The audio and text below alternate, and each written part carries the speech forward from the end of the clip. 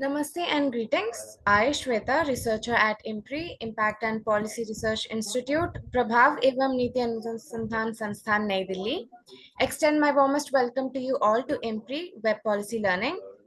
Today we are gathered here for day 2 of UPLGYF Urban Policy and Local Governance Youth Fellowship, an online national autumn and winter school program, a 4-month online immersive introductory leadership certificate training fellowship program organized by IMPRI Center for Habitat, Urban and Regional Studies, IMPRI Impact and Policy Research Institute, New Delhi. The chair for the program is Professor Manjula Bharathy ji, professor at the Center for Urban Policy and Governance, School of Habitat Studies, and professor at the Tata Institute of Social Sciences, Mumbai, and the visiting professor at IMPRI. The conveners for this course are Dr. Soumyadip Chattopadhyay, Associate Professor at Visva Bharati Santiniketan and a visiting Senior Fellow at IMPRI, Mr. Tikender Singh Panwar, Senior Fellow, IMPRI, and former Deputy Mayor of Shimla, Mr. Samir Unhale, Joint Commissioner, Department of Municipal Administration, Government of Maharashtra, and an urban practitioner and a visiting Senior Fellow at IMPRI, Mr. Arvind Unniji, urban practitioner, researcher, and development professional based in New Delhi and a visiting senior fellow at IMPRI, Dr. Sunny Mehta, CEO and editorial director at IMPRI, and Dr. Arjun Kumar, director at IMPRI. We have shared the course outline and reading resources document in your mail for your kind perusal. We will be providing videos of each session for flexible learning at your pace. Before we start today's session, I would like to announce the housekeeping rules. It is imperative that you join the meeting on time. There will be a Q&A session after each presentation. Share your questions in the Q&A box and not in the chat box. The questions must not be posted as an anonymous attendee. Ensure that your questions are precise and refrain from making general comments in the questions to save time. To begin today's session, I would like to invite Professor Manjula Bharathy ji to give her opening remarks.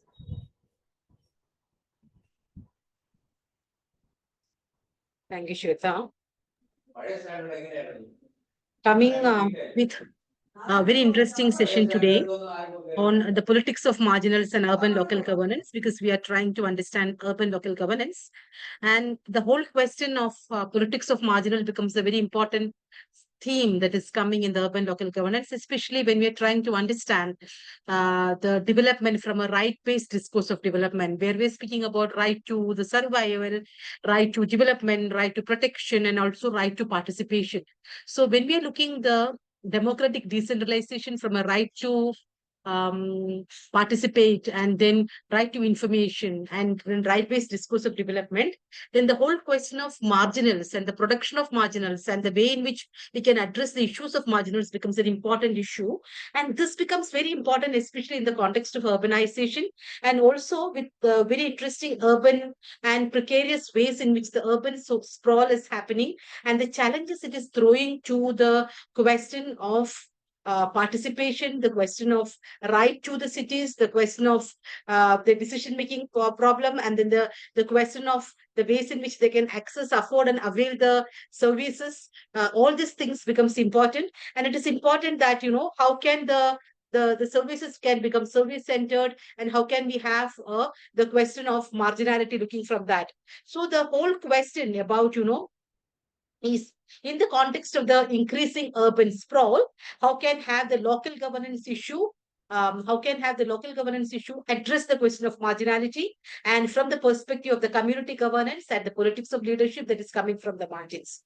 So when we are looking at that, we have to see the social inequality, equity that is happening along with the economic inequality and inequities, and then the big participatory mechanisms that is happening at the fabric and how it is making the participations and the inclusive governance quite dysfunctional at the local governance level itself, which itself has been conceived to enhance the participative, inclusive democracy. But that itself, like people in the fringes are not able to participate in this decision-making process or the everyday local governance and how then the marginal has been produced.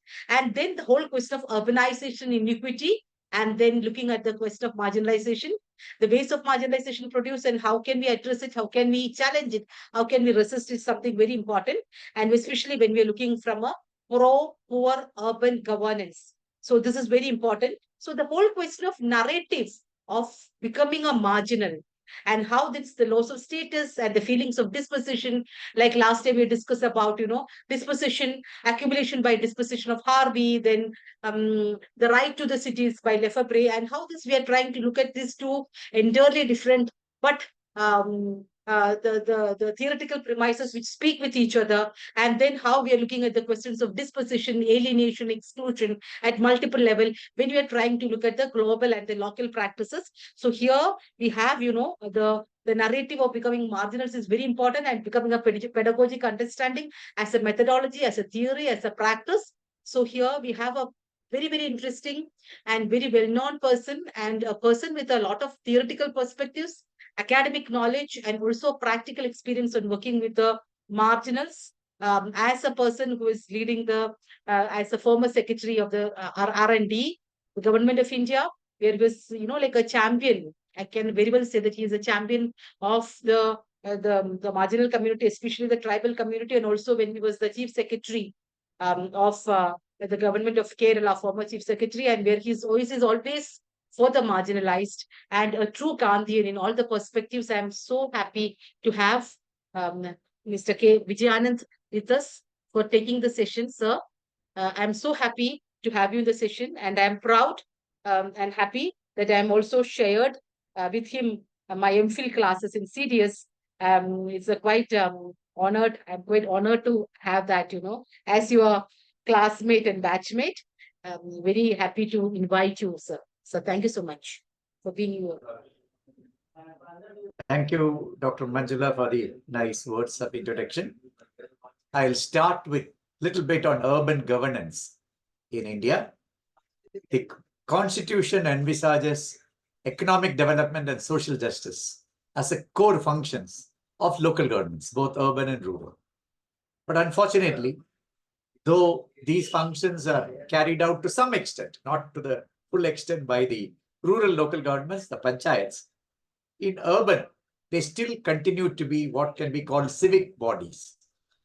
Civic bodies provide civic services, water, sanitation, mostly sanitation, because in most big cities, water is provided by a parastate. So even civic functions are moving out of the control of urban local governments. Surprisingly, you take my word, the urban local governments of independent India, even post-constitution, are weaker than the colonial urban local governments. So Mumbai and Chennai or Madras, Calcutta, they are very powerful. Now they are very, very less powerful, even though the 12th schedule, which lists out the possible, probable functions of urban local governments, has terms like safeguarding interests of weaker sections, urban poverty elevation, and all that. So that's a sad situation. And as I said, there's a dominance of parastatals in all walks. There's even the urban development authorities in most parts of India who take a lot of decisions on land, which is a core resource where the poor are affected and over which the local government ought to have had some control. And the low OSR, own source revenue, is very, very low. In India, generally, it's very low, one of the lowest in the world in terms of own source revenues. Even devolution has improved with the finance commissions, particularly since the 13th, giving some money, but they are more to the rural areas. And another interesting thing, the poor get a lot of the funds from government of India, everywhere, even in a state like Kerala, where the local governments are well funded. But you will find funds flowing to urban local governments for the poor, for the underprivileged, is relatively less. Whereas in rural areas, the grand scheme of MG, NREGS, the Rural Employment Guarantee Schemes, itself comes to nearly 1 lakh crore. So it's a big resource crunch. And urban health. Health is very important. I can go on and list subjects, but health is the biggest immiserization factor in which pushes a family below and takes a long time once you are pushed below poverty line to bounce back. So urban health is very, very poor, almost, especially in terms of public health, and it was evidenced during the COVID episode. Human resources are inadequate, and capacity building systems for urban, for rural, we have very good capacity building systems, right from a National Institute of Rural Development and Panchayat Raj, state institutes. Of course, there are urban training institutions, but they don't match the rural training institutions. Then rural poor depend to a lot on commons. In tribal areas, it sustains nearly 50 to 60% of their livelihood. But in urban areas, naturally, you have lesser commons, you have water, but then the poor have no control over that. When I say urban, we must understand there's a huge variation across states and a huge variation of the urban. We have the small town panchayats, which may have a population of 10,000, to multi-million kind of cities, million plus cities, the so-called metros. And we have intermediate with 1 lakh plus. So the range of urban local governments, which means the smaller the urban local government, they don't get the rural funds and they don't have the resources which a big urban local government can muster. And even the definition of urban is a bit problematic, because many states want to keep the rural areas like that, because you get a lot of funds from government of India and they don't want to change. So conversion to urban is not scientifically done in most parts of India. So you will find a mismatch between the census definition of urban and the definition and the municipal boundaries or municipal population. So these are some of the issues, and I compared urban and rural. I'll just quickly give some mostly impressionistic, but not just vague impression. I spent nearly 15 years non-stop in decentralization, not rural decentralization. In Kerala, the same secretary looks after urban and rural. So it's called local government. And from that perspective, which got fine-tuned when I went to Government of India, urban, you'll find it's more distant than the rural as far as people are concerned, with very little contact. You must, I don't know whether you heard of a Manjula knows him, Professor Patrick Heller of the Brown University. He's done a lot of work in India. He's done work on decentralization in Kerala. In fact, he compared Porto Alegre, which Dr. Isaac discussed with you, with the decentralization of Kerala. He did a 3-country study. So he said, praising Kerala's success in the initial days of COVID and attributing it to what he said, the closeness to people, trust. And he said surface area of contact. To see a citizen, very poor citizen, a destitute, does he or she have contact with local governments? Very little. In urban areas, practically nil. Whereas in Kerala, even in urban areas, you have a contact. So the surface area of contact with a citizen is fairly large. Urban areas are known to be cold and rude. Panchayats are more friendly, and very little outreach, which means the government's going to the people is very little in urban areas. And in rural areas, there is the old Gram Sevak where he or she does some extension. Participation, as was mentioned, is extremely low, practically nil in big urban areas, whereas Gram Sabha, though not successful, is existent and it's a constitutional mechanism. And social capital is naturally there. Of course, it's weakening in rural areas, and in urban areas, it's relatively poor, naturally. And Manjula mentioned that word alienation. Alienation is very high, a sense of rootlessness, invisibility, whereas in rural areas, even if you're poor, decrepit poor, you have a sense of belonging. And rural local governments have more of social accountability, not the formal social audit, even if it doesn't get done, some kind of a natural social accountability. You don't find so much in this. Of course, rural is plagued by caste, but in urban, you have more of class, which gets mixed with caste to make it a very, very dangerous combination. Inequality is higher, social exclusion is higher, but it is less sharp in the rural areas. But one advantage with urban areas is there are more livelihood opportunities. May not be very exciting kind of thing, but you can get some cash income in most of the urban areas, barring some extremely marginalized people. If you really want to compare as students interested in governance, I would request you to study the councillor, the municipal councillor, and the panchayat panch, the elected member. You'll find a huge difference between two kinds of representatives of the people. So this is the introductory remarks on the urban governance as it is in India. Then we are talking of the marginals, which means the poor people who are affected by poverty. There is not much literature on urban poverty. There's deep literature on rural poverty in India, and of course across the world. There's no urban rural difference, but in India there's not much literature on urban poverty, real literature. But I'll compare. I'll give you some dimensions of poverty, which is equally applicable to urban and rural. It's from Robert Chambers, who worked mostly in rural areas. Obviously, poverty is multidimensional. So this marginalized people, they're affected by multidimensional poverty. And the term used is ratchet effect. Now we use the word intersectionality.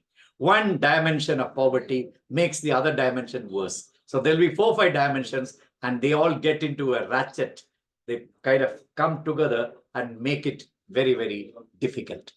So he called it the web of disadvantages. You look at a marginalized person, and there will be multiple disadvantages, and it's almost a web, and you are trapped in it. So obviously, to list them quickly, low capabilities, which means low education, and even worse, low skills, poor information. So, and livelihoods and assets, precarious livelihoods, more so in urban areas, and assets practically nil. You don't have anything called poverty. And of course, inadequate life. And places are unserviced. People rush to urban areas for better services, better provision of facilities like water, electricity, and schools. But where the poor in rural urban areas live, they are unserviced or are stigmatized, the slum, and people don't go there. And of course, the body of the persons is hungry and sick. Gender relations are unequal. Social relations are discriminatory. And there's hardly any security. And behavior by the powerful is one of disregard and either verbal abuse and sometimes even physical abuse. And the institutions of the poor, urban and rural, are generally disempowering. And the main institutions of governance exclude them, not formally, but informally. And wherever poor try to get organized, they are weak and discouraged. And in India, is class, caste, gender, then of course, age, all this make them very, very complex. And there is something called othering, them and us. That difference is there. That is what differentiates the marginals from others. There is something called psychology of poverty. That is what contributes to alienation. Lack of confidence, self-belief, self-esteem, and almost a shame. What Amartya Sen calls not coming out of poverty means absence of shame. You can't participate. You are excluded. You exclude yourself from the society because there is a sense of shame, inferiority, and that affects development. It's not just a psychological aspect. Recently, unfortunately, I couldn't note down that thing. I read it. The new president of Sri Lanka has described his childhood poverty and says that is the poor cannot develop because of the inequality and suffering, even if you give them everything. So the capacity to develop itself is affected by the initial poverty. When you look at this, poverty is seen as vulnerability. That is uninsurable risk. The poor are vulnerable. And another very important thing, if you go to an urban family and ask, what are you going to eat tomorrow morning or today evening? They may not know. So, in a sense, poverty is uncertainty. Insecurity, I mentioned, and susceptibility to violence. And powerlessness, you have absolutely no power, though you have the vote and probably maybe the majority of voter in most of the wards, the electoral constituencies. Voicelessness, your voice is never heard. And the marginalization, the topic of today. You're marginalized vis-a-vis the society, the economy, the polity, and in many places, geography. You go to a corner where people really don't want. Sanitation is a big issue. And as was mentioned, basic human rights get denied. So this is a kind of situation you have, a theoretical dimension to understand. I went very fast for what of time, but they all come together, as I said, ratchet effect, one influencing the other and making it worse. So who are the urban marginals? And a word which found much favor during the COVID times, but it seems to have receded now. It's a very evocative term called the precariat. People whose life is precarious. On the analogy of the proletariat. The precariat, the urban poor, constitute this precariat. Any society, urban or rural, the marginals would be the tribals and the scheduled castes. That is, we look at the social composition. Then wherever coastal areas are there, the traditional fisher folk, not those who are working in trawlers, industrial kind of thing, they are the marginals. And something which I learned fairly recently, the homeless people, they may belong to different sections of society, but mostly they are women and belonging to scheduled caste, largely disproportionate to their population share.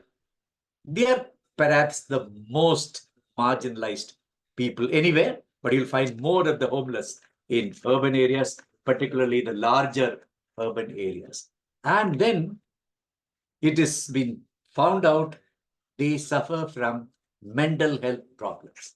Homelessness and mental illness are almost synonymous. So much so, now schemes are being taken up in Chennai. I know I'm associated with an organization called Banyan, which was founded by a former, she quit TIS professor, Dr. Vandana. And so homelessness and mental health, they go together. They are the real marginals. Then, of course, depending on income, the poor among the elders, the poor among persons with disabilities, and special mention needs to be made of the transgender. They may not be resource poor as we think, but they are perhaps as marginalized as the homelessness. Then the informal workers, the maid servants and others who do cleaning, ironing, all those is a plenty, and we all mentioned that they are employed. Then the big chunk, maybe 25-30% of a big city population, the slum dwellers. They may not be economically poor. I'm told Dharavi's, if you look at the domestic product, will be quite high. But there are so many disadvantages, and they are at the margins. And then migrants. We forgot about them, or we didn't think too much about them till the ugly scenes, painful scenes of migrants returning during the COVID shutdown. So migrants are seasonal migrants. Their thing is much more pitiable. Others who have come and settled probably have some livelihood opportunity. And then, or by categorizing all these people, there are some people whom I would have left out. We have great clarity on who are the rural poor.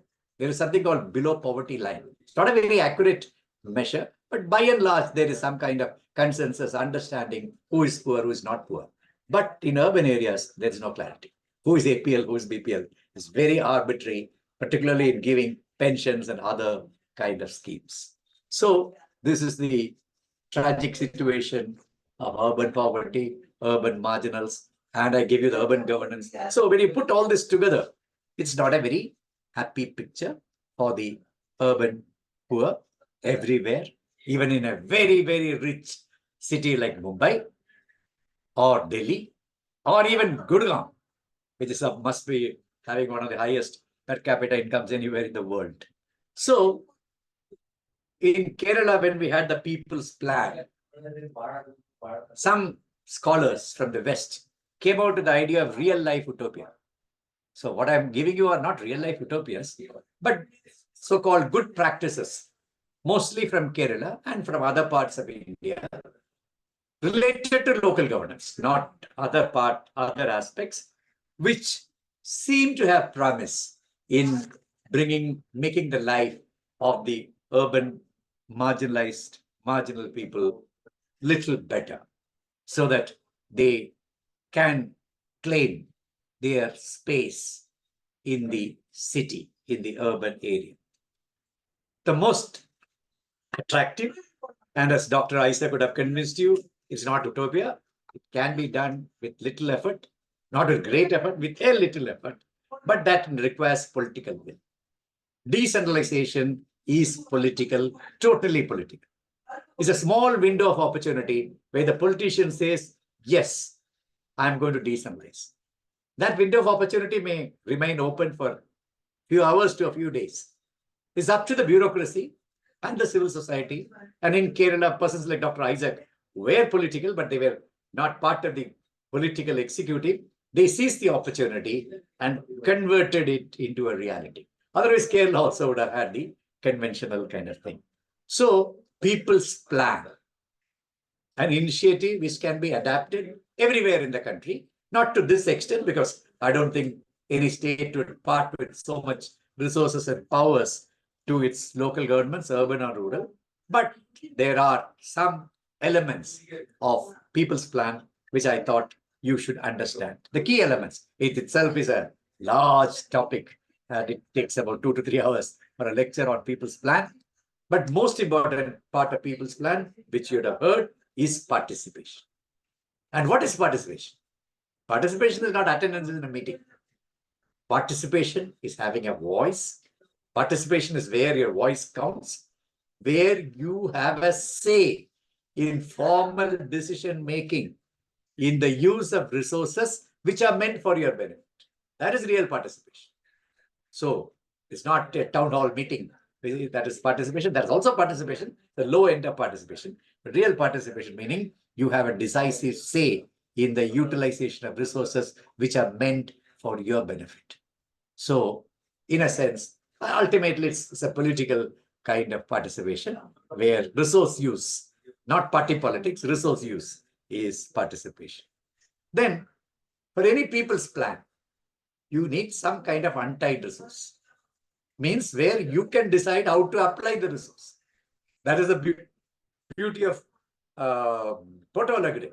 And that's the beauty of Kerala's People's Plan. Substantial resources go with only a framework saying that you cannot spend more than 40% for infrastructure. You have to spend at least 10% for productive sector. But you can decide what to do. So this untied resources, the more untied, more they can be attuned to local needs and the needs of the last person, as Gandhiji would say, Antyodaya. So that is very critical. And Kerala came out with a very good practice of social earmarking. So much percentage we spend for SCs, so much for STs, tribals, of course, depending on their population, which varies across local governments. But much more importantly, across the board, you have to spend 10% for women, gender. And you have all heard of the term feminization of poverty, which is even more difficult. So gendering development itself is very important, more so for the marginals. Then 10% for elderly children and people with disabilities. And they can do whatever they want. But these kind of reservations, social reservations, earmarking of funds which are substantial is very, very significant. Another dimension of People's Plan which you need to remember, the institutions over which the local governments have control. Primary schools, primary health centers, even bigger hospitals, Anganwadis. So all the institutions which are used by the poor, public institutions of public service delivery have been placed under the control of local governments, control of the municipalities and corporations. and they do together. And as I said, the big problem with decentralization is you can't create another set of staff for local governments. So, and people don't want to work under local governments. So that is a big dilemma. And Kerala has the strongest of employee unions in India, stronger than any other state. So we came out with a next best solution, I would call, that work and worker will go together. So if the primary health center goes to the municipality, the staff with the doctor will go to the municipality. They'll be paid for by government. They'll be part of the state bureaucracy. But as long as you are under the local government, you are totally under the control of local government, including disciplinary control. So this is, in a very brief, Kerala's people's plan.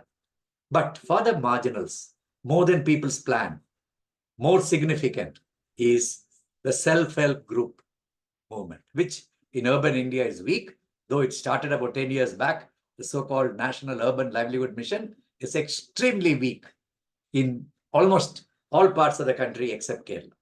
So you must have heard of Kerala's SHG movement. And Kerala doesn't use the word SHG. It uses the word neighborhood group.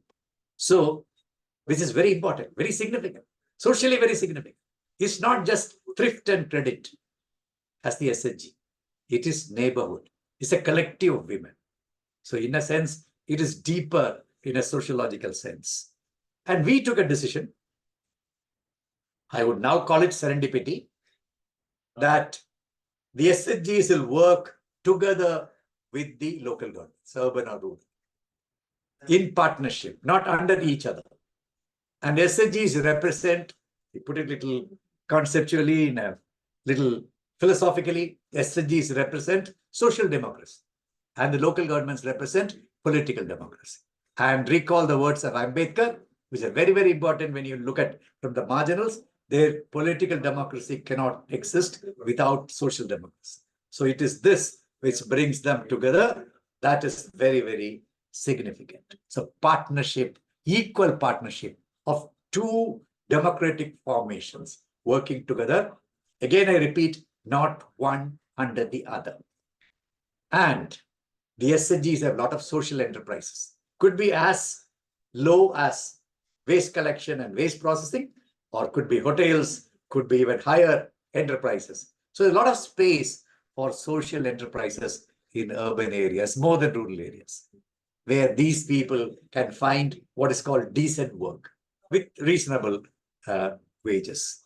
And in urban area also, now there is saying there's so much demand for organic food and natural food. Urban agriculture will gain traction. So, which will not be, I don't think any urbanite has time, but as women's groups can set up this agriculture as an enterprise. And as I said, they go beyond thrift and credit to what I call social development, health, education. So they have covered everything. And gender. There's a gender corner, gender security. So Kudumbashree has a whole gender vertical, which strengthens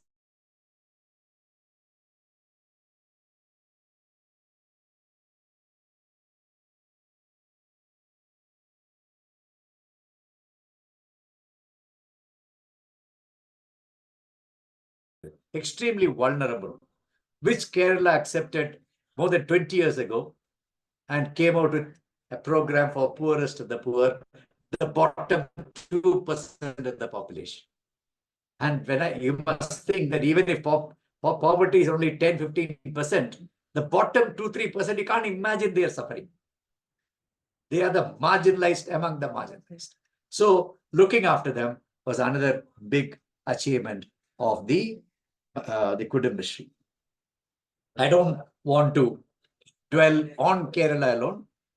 The Delhi initiatives in health, Mohalla clinics, which you can Google and get, or the school education in the Delhi slums, they are very good initiatives where you take the national context. Then what Rajasthan came out, now Karnataka is coming out, not yet fully operationalized, but social security for gig workers. And now a large urban area would be full of gig workers, and social security for them is very, very important. Then urban employment guarantee gained a lot of traction during COVID. But now all political parties have gone back, though Rajasthan has an act, Odisha has an act, Kerala doesn't have an act, but Kerala has a scheme. And some other states are coming in. So urban employment guarantee is again will be a major initiative, but it's much less funded than MGNRGs. During the COVID episode, migrants again came little to the forefront. And one thing we did, portability of entitlements. So your ration, now it could be even health, other things, but it's still work in progress. And then they came out of the migrant facilitation to go back or to have here, if big migrant population, let's say Bihar, can set up, they did set up some office in Delhi or Mumbai or Punjab to facilitate, like our embassy. That's an idea whose time has come. Then there are a lot of, as Manjula mentioned, rights-based laws. Not right to livelihood is not a right. Right to health is not a right. Is a right which we need to ask. But rights which have already been given, which are part of the legal structure of the country, right to services. List the services which are meaningful to the marginalized, the poor. We need to access them. Somebody can work for them. Right to education. It's 15 years old, but not implemented or partially implemented. Then the recent act, Rights of Persons with Disabilities, the Mental Health Care Act. And Chennai is implementing it. They are very powerful rights. And particularly for the poor groups, for the marginalized groups, they are very, very important. Finally, another good practice I want to give you, what I call care and compassion. I have a personal theory of a welfare state transforming or developing or evolving into a caring and compassionate state, where it relates to individuals to the extent possible, not overall poor, 20% poor, 30%, 10% SC/ST. No, it will be attuned to individual needs, which is very difficult, which is at least dreamable when you have decentralized governance. So palliative care, very few people will be in need of palliative care because we don't know them. People who are no more life, they will face death maybe in 3 months, maybe in 5 years, but their pain needs to be relieved. And I'm sure very few of you would have heard what is palliative care. And in Kerala, the local governments have taken up palliative care, and it has kind of become an international model. Same thing with mental health I mentioned. So my time is running out. I'll not keep on going. So the right to city, we need to detail. It's a very fanciful term, very evocative term, a meaningful term. But what is a right to city for the poorest person? When the Smart City program in Trivandrum was being inaugurated, I was called. I'd left government by the time. So I told the mayor, who will decide that Trivandrum is smart? To borrow from Gandhiji, the poorest and weakest person. In all probability, such a person would belong to a scheduled caste, maybe an aged lady, in all probability a widow, and probably having disabilities. When that lady, the last person, tells the mayor, my son, the city is smart, then you can declare the city to be smart. And many of you are now professionals, probably nobody is in college. There is something called Unnat Bharat Abhiyan. It's only on paper, where you're supposed to do something for the poor neighborhood, particularly in villages. If that can be combined with an innovation of Kerala's People's Plan, it came out with what is called voluntary technical code, which means any expert, any walk of life, from anywhere in the world, who is willing to contribute something to an area, in ideation, in some other form. But now with Zoom and others, it becomes much more easy. Earlier, they had to physically fly in. Now you can get an American expert to come and talk to a slum on health. So that kind of potential, we called it voluntary technical code, which is christened by the late Sri E.M.S. Namboodiripad, the first elected communist chief minister anywhere in the world. And many of you would have heard of the Bangalore Agenda Task Force, which Narayana Murthy headed, or at least pushed. So we could have, for the poor, a task force, an agenda for that, for the marginalized, with high social accountability. And let me conclude by quoting Gandhiji. Gandhiji said, Swaraj has but one meaning, eradication of poverty, which means we have not achieved Swaraj. And he criticized welfare state. Welfare state means greatest good of the greatest number possible. He said, no, that doctrine is not acceptable. It should be the greatest good of all, Sarvodaya.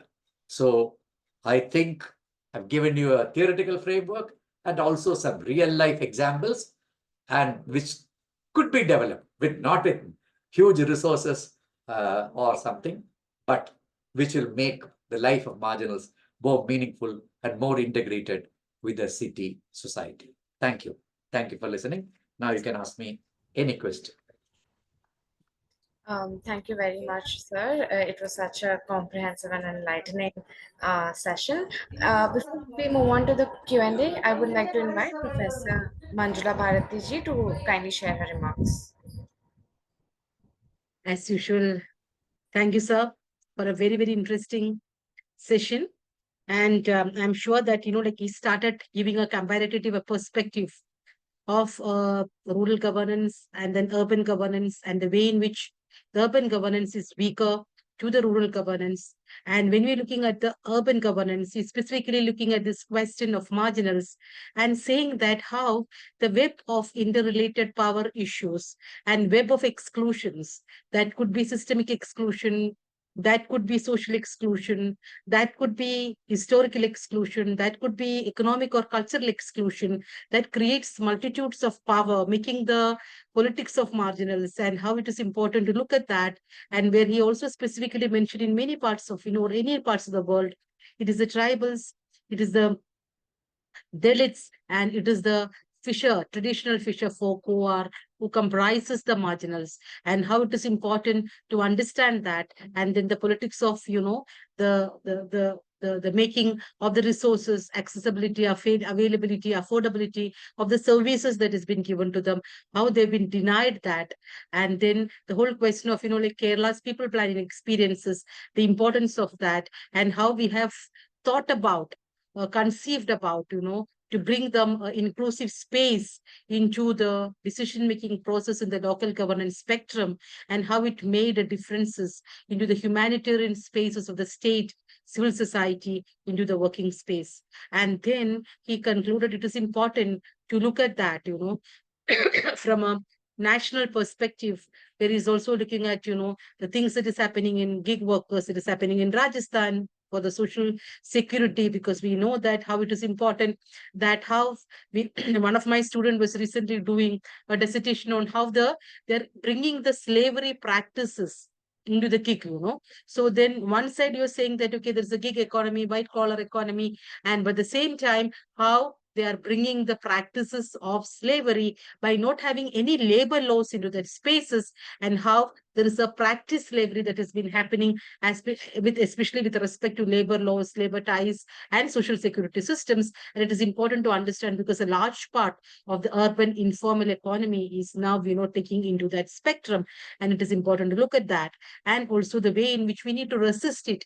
Very interestingly, this not only that, the whole question, starting from Adam Smith, he said, how to, because to come before a place without being feeling the question of shame, I should not feel. So starting with Adam Smith, and later developed by Amartya Sen, with multiple forms of exclusions like passive exclusion, deep exclusion, active exclusion, and what is it, and then saying freedom as development, and how can we have that freedom when you are not occupying the position of marginality. So it is important to look at from this multiple perspective and try to understand. And for you, and again, he has given a very interesting research topic also, that, okay, compare between a punch or a counselor, a councillor and an elected representative from the panchayat, and see that what are the dispositions both have, and how the system governs, what is the politics of governance. So it is interesting also to see that a comparative perspective of a governance, local governance of officials at the, not official, representative at the rural spaces and urban spaces, and how they are looking at the whole question of governance. So very interesting, very enlightening session. Thank you, sir. So I would now request students to ask questions, and then make use of this time, where an expert on speaking on the marginal sections is so much there with you. Please make use of the time. Thank you so much. Thank you, ma'am. There is a question in the Q&A box. Bharathy ji.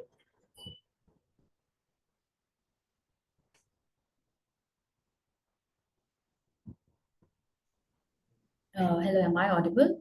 Can I Yes. answer the question? Yes, sir. That's Please first go is ahead. feminization of poverty. It's a very common term.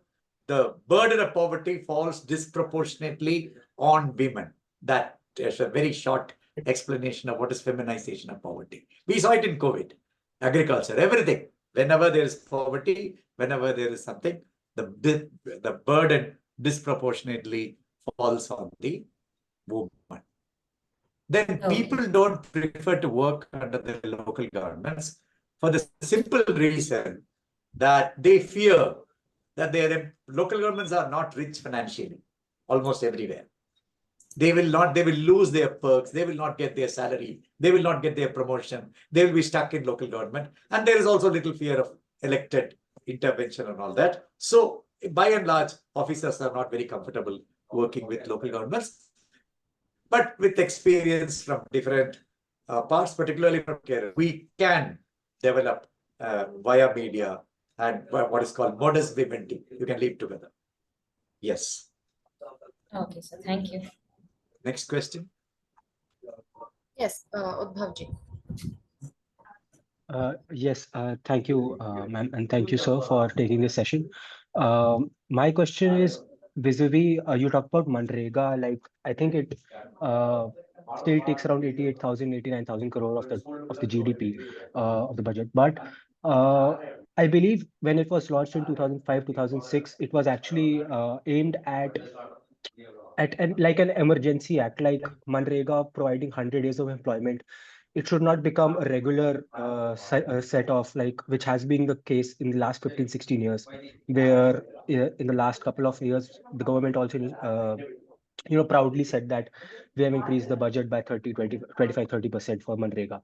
So in that regard, can you please tell what can be the alternative to actually not going towards Manrega, but actually creating employment vis-a-vis skill development as well?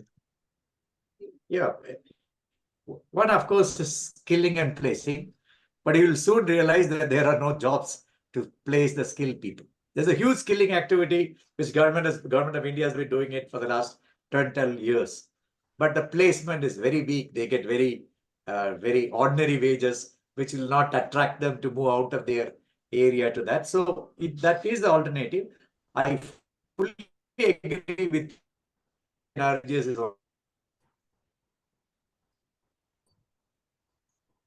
to alleviate acute distress due to unemployment.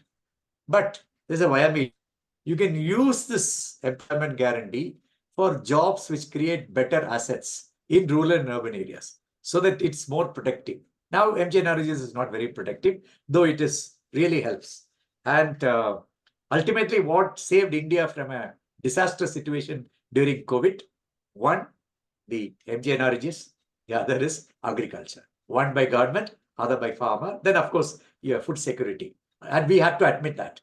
It's a safety net, I agree, not a development thing, but that prevented total collapse. With, again, very importantly, the local governments, mostly rural local governments, working in tandem with NGOs and the SNGs, even in areas where panchayats don't exist or are very weak. So somehow they seem to be a natural combination.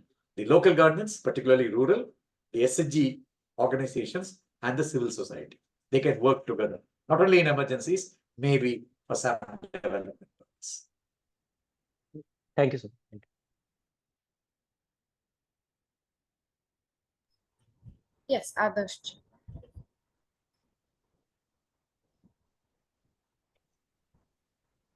Hello, good evening, sir.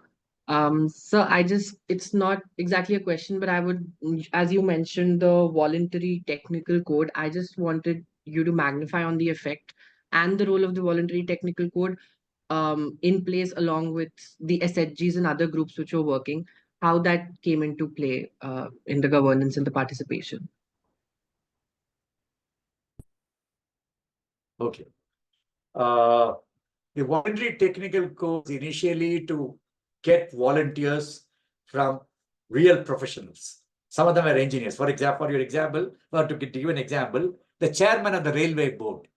I had worked as secretary in Government of India, and I know the status of railway board chairman, who must be on a daily phone call with the Prime Minister.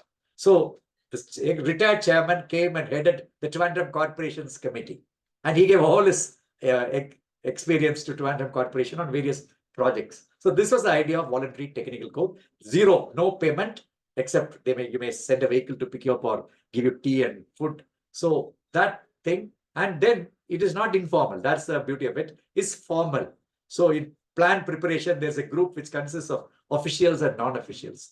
Plan vetting, the VTC people are mixed with the officers. And plan approval, they are again mixed with the officers. So they are given a formal space in providing their professional inputs into governance. So that was the big achievement. Then I see two questions on the Q&A box.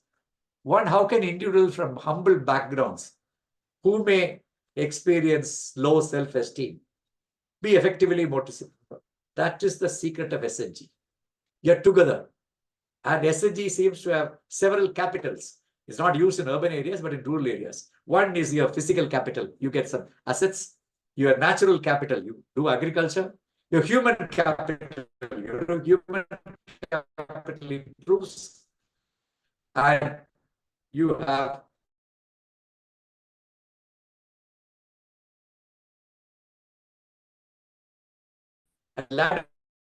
ultimately gains. You can see it only in rural areas, and that will give them the strength, or at least to first step into participation.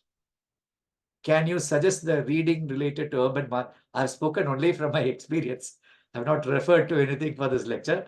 Probably Dr. Manjula will be able to give you the very good reading material on urban marginalization and powerlessness. Yeah, Yeah. I can just say, one of the things that you can see is JAS, MK JAS, place of poor in urban space.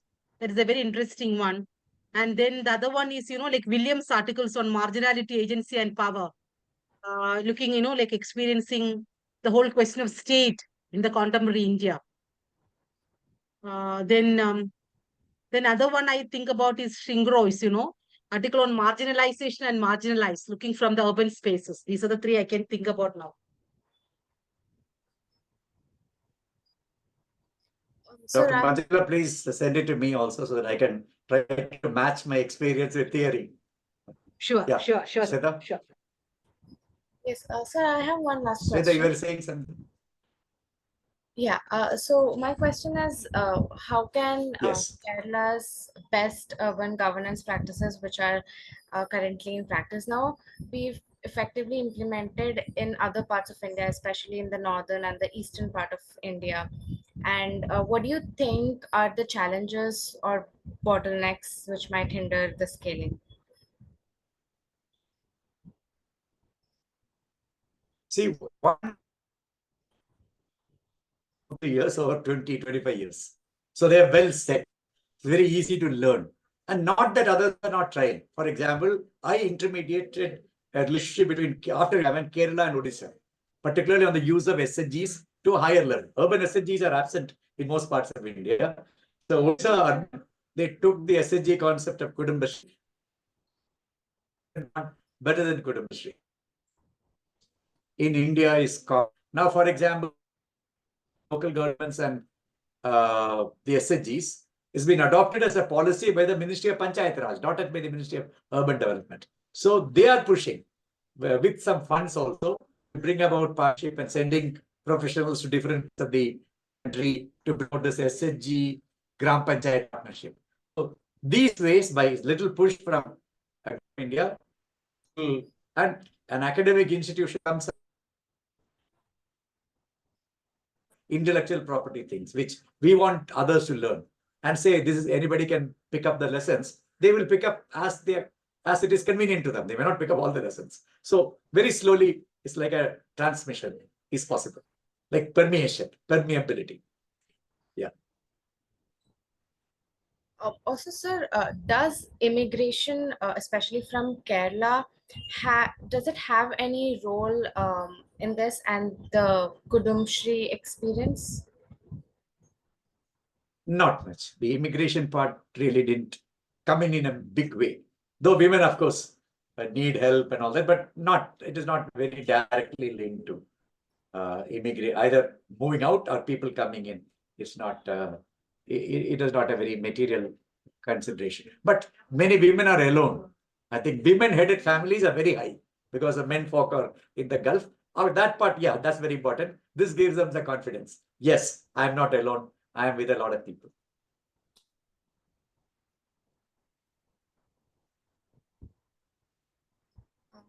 Okay, so thank you, sir. I think we are through. Yeah.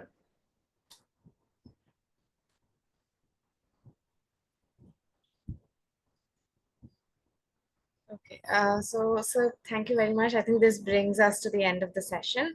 It was a very insightful session on urban governance, and thank you so much for throwing light on the lives of marginals using all the theoretical and practical foundations. It was a pleasure to be able to learn from you. We hope to see you in further IMPRI events as well. Thank you very much. Thank you so much. Thank Sir. you. Thank you. Wish you all the best. Bye.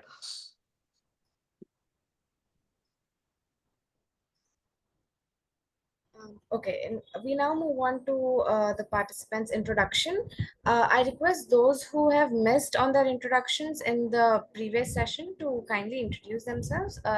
We have given you the access to the mic as well as the video.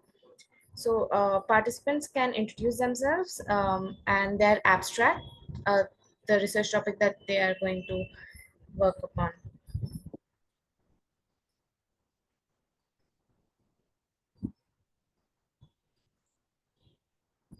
Yes, Ashish Kelkarji. Sorry, I don't have the access for video. Can you please? Okay. So I think you have it. Ashish ji, you'll have to rejoin as a panelist to be able to. Yeah. Okay. Yeah. Yeah. Just a minute. Yeah. My name is Ashish Kerkar. I'm an architect and urban planner by profession with some certificate course in sociology, and I have 22 years of experience. And recently, I have published one book chapter in Travelers Taylor Francis about smart cities and building information modeling. And yeah, this is about me. I'm interested in research project which is new quest of neoliberal policies in housing in India. That is my topic of research. And here I'm not going to tell about whether the neoliberal policies are good or bad. I'm not going to do that.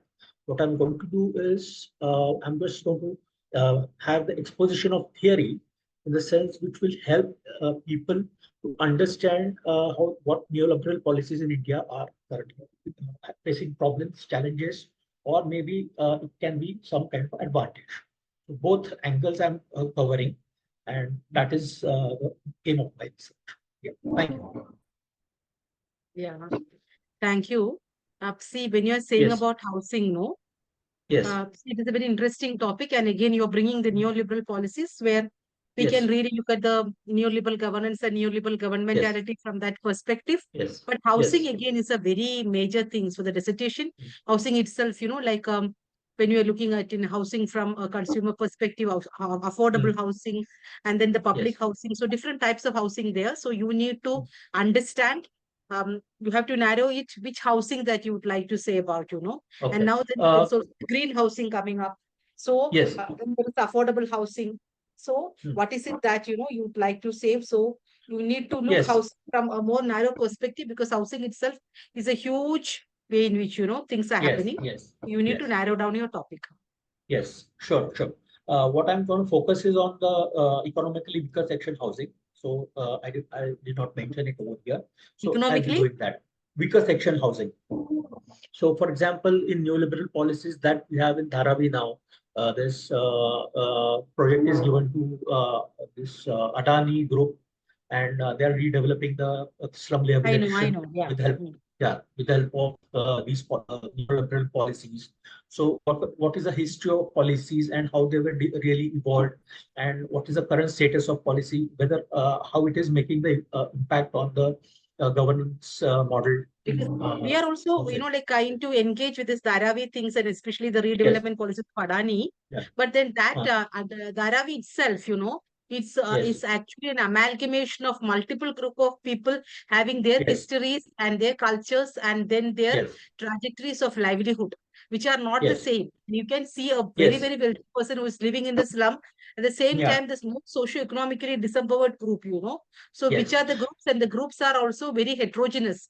So we need to Yes. focus on one group and try to look at that in a very streamlined, Detailed operationally manner. defined manner. Oh, yeah. Thank you. Thank Okay. We will move on with this list of participants that we have now.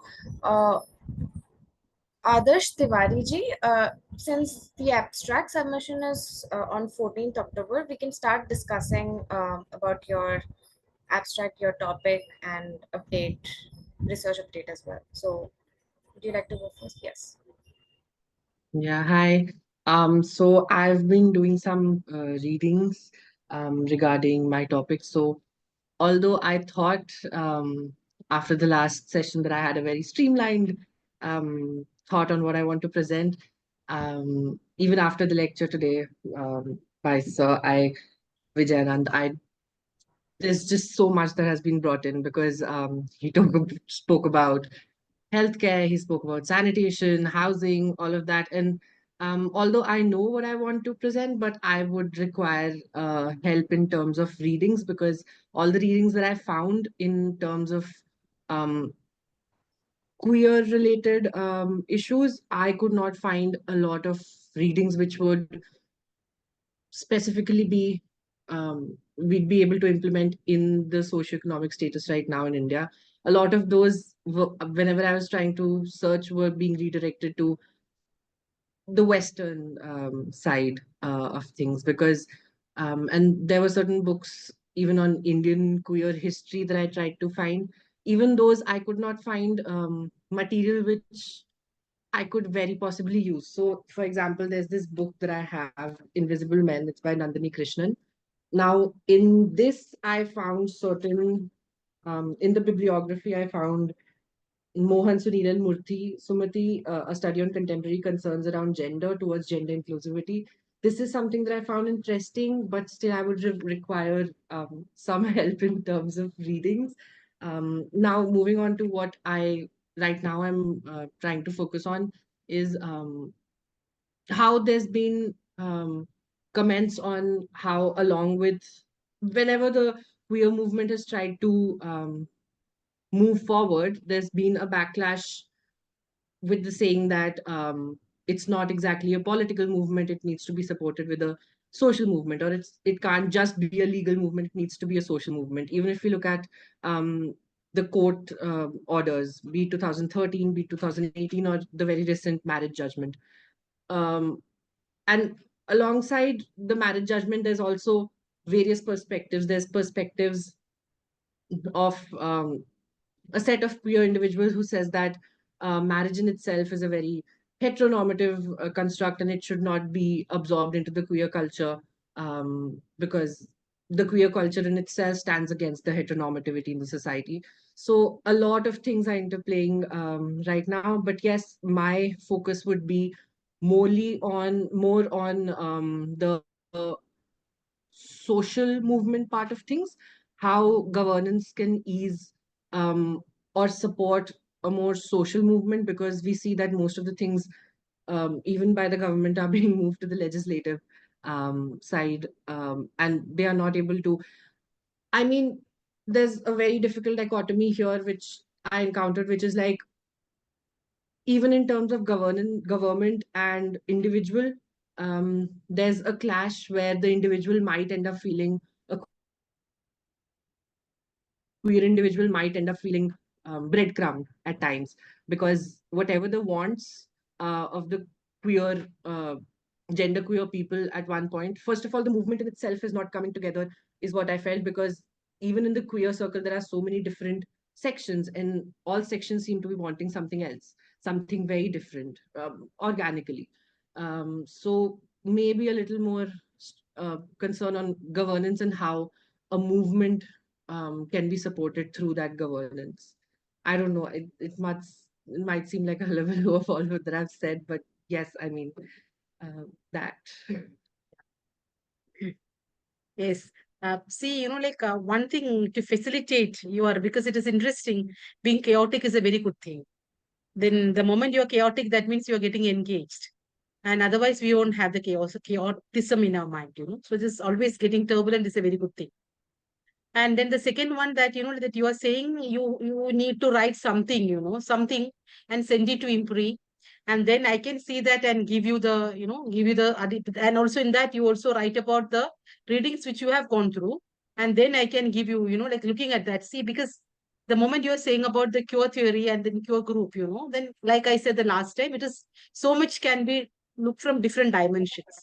One of the dimensions, theoretical dimensions, which I'm interested is looking at, this whole question of government, governance, and governmentality. So this whole question that what is governmentality, mentality with which you are being governed. That is a Foucauldian idea, where you are bringing in the biopolitics. And for the cure things, biopolitics is very important. So biopower and biopolitics is very important. And then if we can also say about this area from which you are coming, then we can look at that definitely one CBOs or one group, So we look at this one issue and then from a theoretical perspective, and then how CBO working in that space is taking that, and how much theoretically they have been looking at it, how much that has been, put that into practice, and what is the movement we can see about it. So the way in which the movement is speaking to the policy, policy is speaking to the movement, and movement is speaking to the practice, we can look at from a governance, governmentality perspective that we can have. But then I would like to have some writings, very brief writing from your side, and then the area from which you are coming, and then area where you would like to do the research, and that will give us little scope about the issues there, because each area will be different. Suppose you are in a Calcutta, and then that is quite different from that I see from Kerala, and quite different from that I see the pure movement in Delhi. And so you need to have like the area from which you are coming, and then your research area, not like the final thing, but then to come to that final thing, to as an intermediary facilitation, we need something from your side. I have one more question, ma'am. So, let's say I'm coming from Delhi. Now, if we look at It's even only let's say.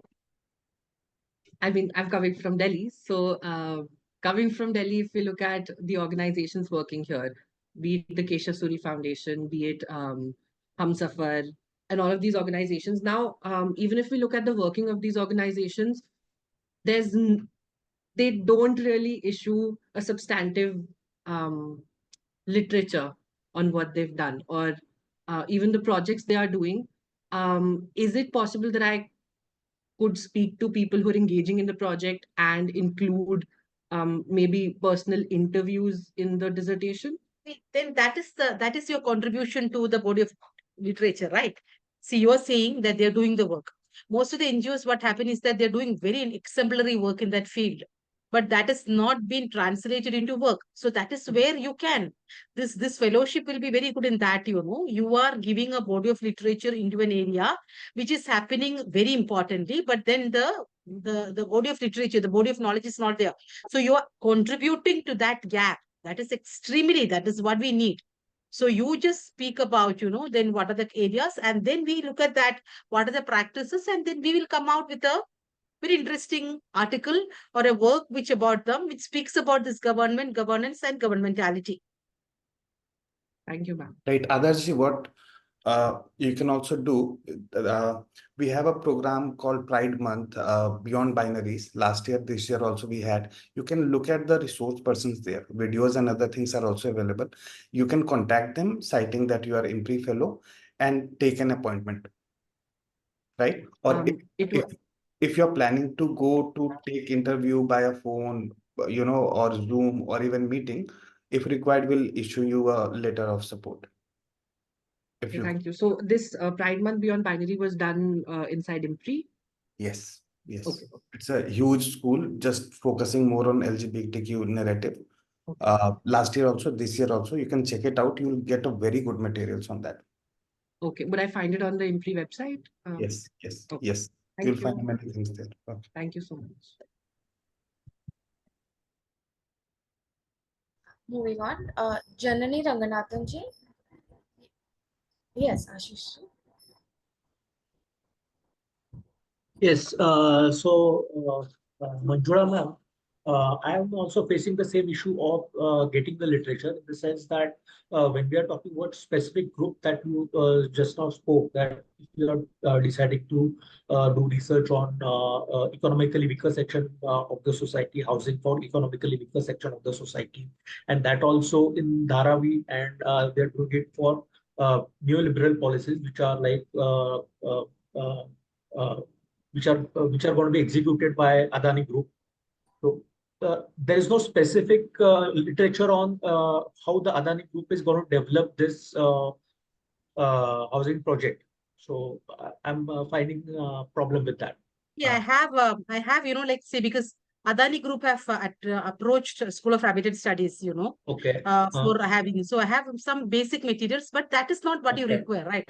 See, Okay. you are not looking at that. You are trying to understand the housing patterns and how Yes. that to be revisited, redesigned, reformulated from the Yes. Adani perspective, Yes. where you have to look at that. And for that, Yes. the housing reading material that has been given as a part of it, it is a very interesting perspective, looking from the Indian Yes. perspective, looking from the development nation's perspective, looking from the affordable housing, and also looking from the people who have been deprived. So that Yes. material is there given this time, So you read that housing, Okay. which is a very interesting set of readings. So from there, you look at that, which is a theoretical perspective that you are Yes. interested, and then you try to understand with the socio-economic spaces in which you would like to juxtapose this theoretical understanding. So basically, you need to have a read first a theoretical understanding about area. For that, you need to have a Housing. operational definition. Like Yeah. I said, housing itself of multitudes. So which is the Multitudes. thing that you need, and that operational Yes. definition you get only when you read it, and then you started Okay. understanding the socio-economic spaces where we'll be having our methodology for that. So basically, what I intend to find out over here is that, like I said, I'm not going to say whether this is good or this is bad. What I'm going to do is just exposition of the theory. And second most important part is that now this is in the classical liberalism or social liberalism.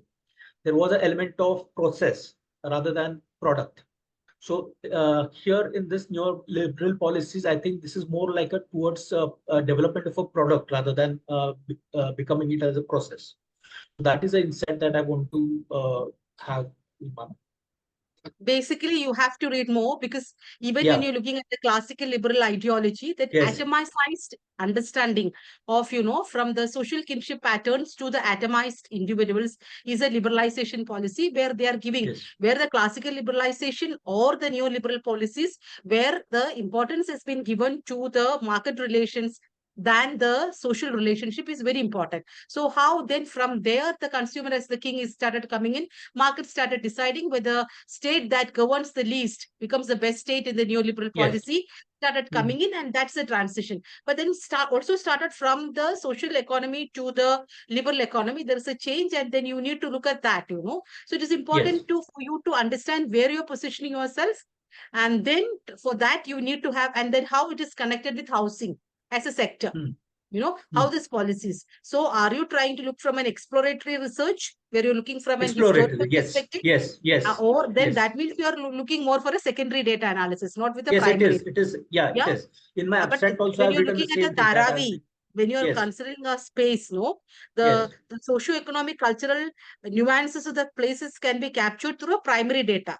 And it is always better Yes. to have Okay. some kind Okay. of primary Hmm. data to speak Okay. to the historical data that you can go get from the secondary data analysis. And then Okay. how, this transition is changing and who is been getting affected, how this housing. So once, like I said, at least the 5 readings that is given in this particular urban thing where the housing is coming as a very important set of reading. Yes. Please read that, and then you will get an understanding, and then we can discuss much more on that. Please Yes, read. and yes, I understand. And one more thing is that when you're talking about the primary research or primary data, at that time I have not conducted any primary research till today. So I'm just I'm just done the secondary sources available, like literature, which is available on the net. So I'm having gap in that So, area. like that here, one or two sessions definitely I'll be taking where Okay. some basic understanding of, qualitative data collections and then how Okay. to collect the data, that will be given to you.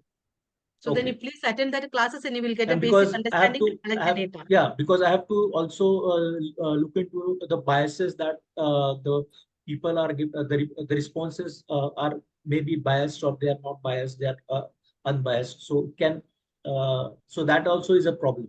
You can throw a light on that When- as well. That is it. When you are attending the research, then what is this Yeah. question of bias? What is the question of validity? How you are going Yes. for the Yeah. triangulation? And all these things you will be able to understand. And then especially from looking from a qualitative research perspective. Yeah. Okay. Right. So it will be covered under the topic. Manjula ma'am is an expert of that, of qualitative research, Okay. so don't worry about that. But you Okay. also see that what will be your expected results. You should also Okay. focus on that.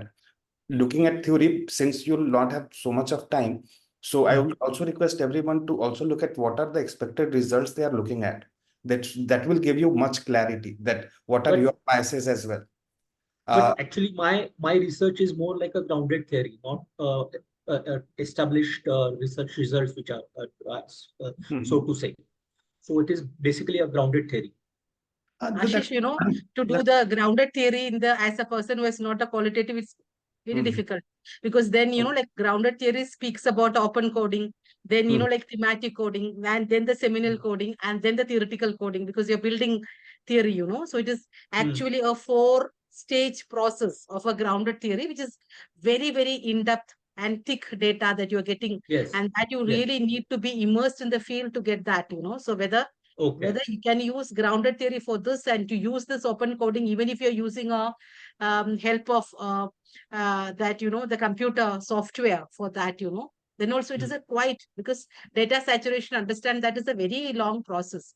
So we should go for, and especially as a person who has not done research and with a very short span of period, we should not take for such ambitious methodology like a grounded theory, which is a theory testing theory and an inductive process, purely an inductive process with a very definite stages, with open coding and all. One So thing we will, actually which will be useful for you is to look at the work of Professor Darshini Mahadevia. She has looked into a lot of informal settlement, similar thing in Gujarat. She's a professor at Ahmedabad University, worked a lot on this with field work and various kind of methodology. A lot of informal housing, the topic which you're selecting, you'll find a lot of her publication. A lot of mine paper is also there in EPW on EWS housing. In EPW, also there is a Shelter. It's a journal by HSMI, Hudko. There also you'll find a lot of paper on housing. Some on theoretical background and some others. So you can look into those. IAHS also have their journal. You can look into that. Gautam Bhansar has also written a lot in the same line which you're thinking. But I'll also say that since Dharavi is under process, you can also choose some similar kind of projects and look at many of such projects to get more sense of it, because since it will be a very hot thing, so you may diverge into that. So see from literature what you can bring into a thing or get into that, right? For interviews, you can contact a lot of different stakeholders. Informal society, worker unions, or various NGOs, what have been the problem issues related to that. That will give you a lot of things to triangulate what you're trying to say. But first, go through the literature review. Do some. that is important. Read. You'll get many answers from there, especially from the framework which you are putting. Darshini ma'am, many people have done a lot of work. Professor Amitabh Kundu, he has done a lot of work in this. You can look at Amitabh also. Amitabh Hede also, for Mumbai special. So many of our colleagues have. I think she has a lecture in this curriculum. I think so. Yeah. Yeah, we have her Yeah, signature. yeah. She's not well, but anyhow, you work on it. When you will be up on your level, we will contact you to her or any Okay. other experts, not Edge. Sure. Sure, sure. Thank you. Thank you.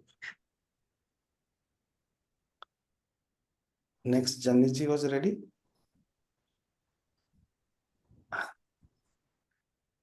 So my topic was the role of urban governance and public policy, public participation in designing of public spaces.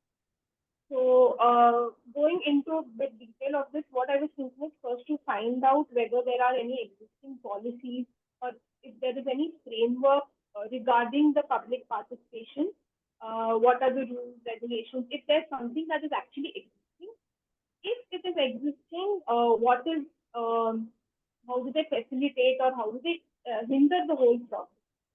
And if it is there, what is the role of the urban governance? How is it being getting implemented? Or if it's getting implemented at certain levels? And I was also thinking about taking some case studies regarding the same, where maybe there is a project where public participation played a very vital role. I'm still yet to find the case studies. I'm still working on that. I'm not sure if I'm getting a proper one. Do I compare cities or do I do projects in a single city? So these are certain things I'm still looking into. Yeah. See, like last time I said, if you know, let's see the whole question of the public space. Again, anything that we are looking, we also need to look it from the idea that how the whole question of public private started coming in, and public spaces and the private spaces especially, and then in the commoning spaces, in the common spaces. And I can definitely give you, I will send the readings to Shweta, and then the case studies which like which is there for the commons. What is it commoning spaces and what is commoning, and one dissertation also I can send you, which the students of the urban policy and governance has done on common and common spaces, which will give you more in-depth understanding about the way in which the spaces has been conceptualized theoretically and practically, like in the urban milieu, and how the whole question of commoning is coming in this new perspective, and what is the role of local governance in that perspective.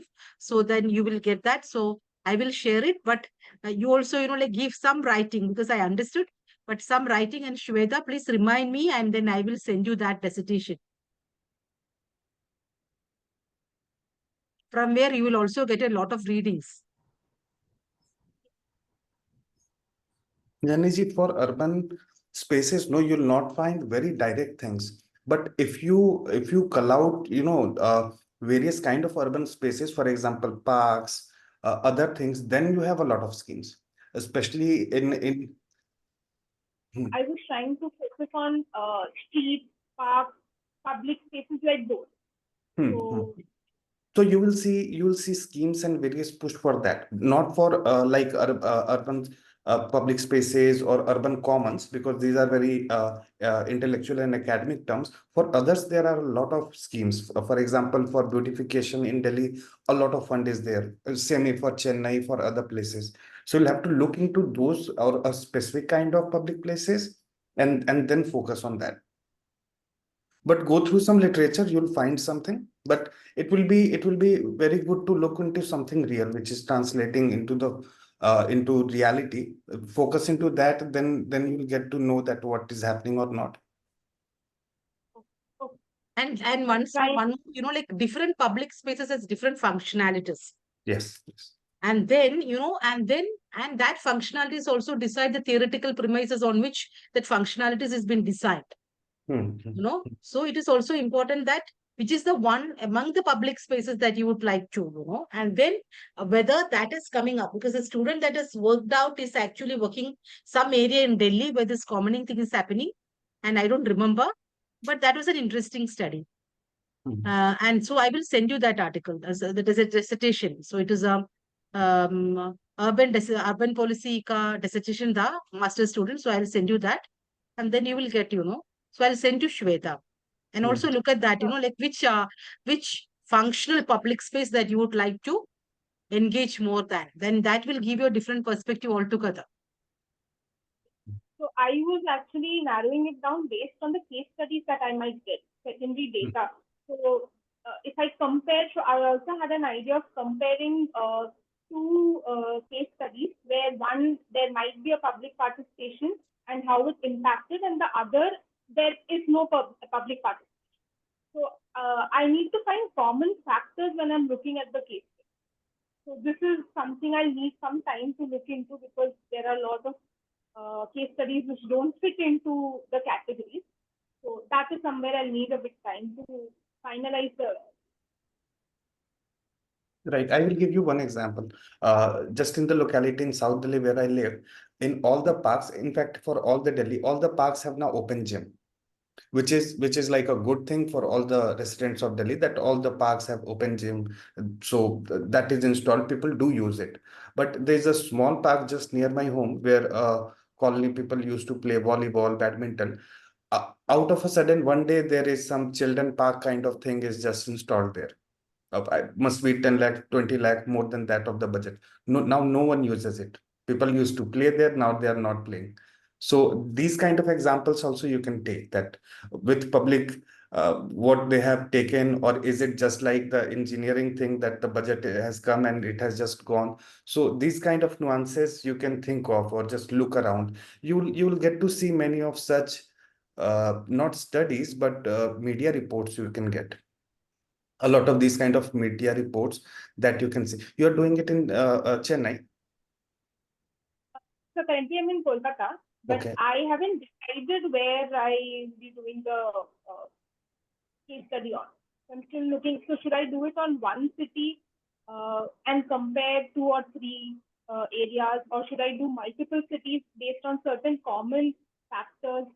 I'm still not clear on that. No, Or maybe as Manjula, no, as Manjula said, no. If you focus on functionality, it will be good. For example, for women safety, what happens for all the street where there are dark corners, we install lights.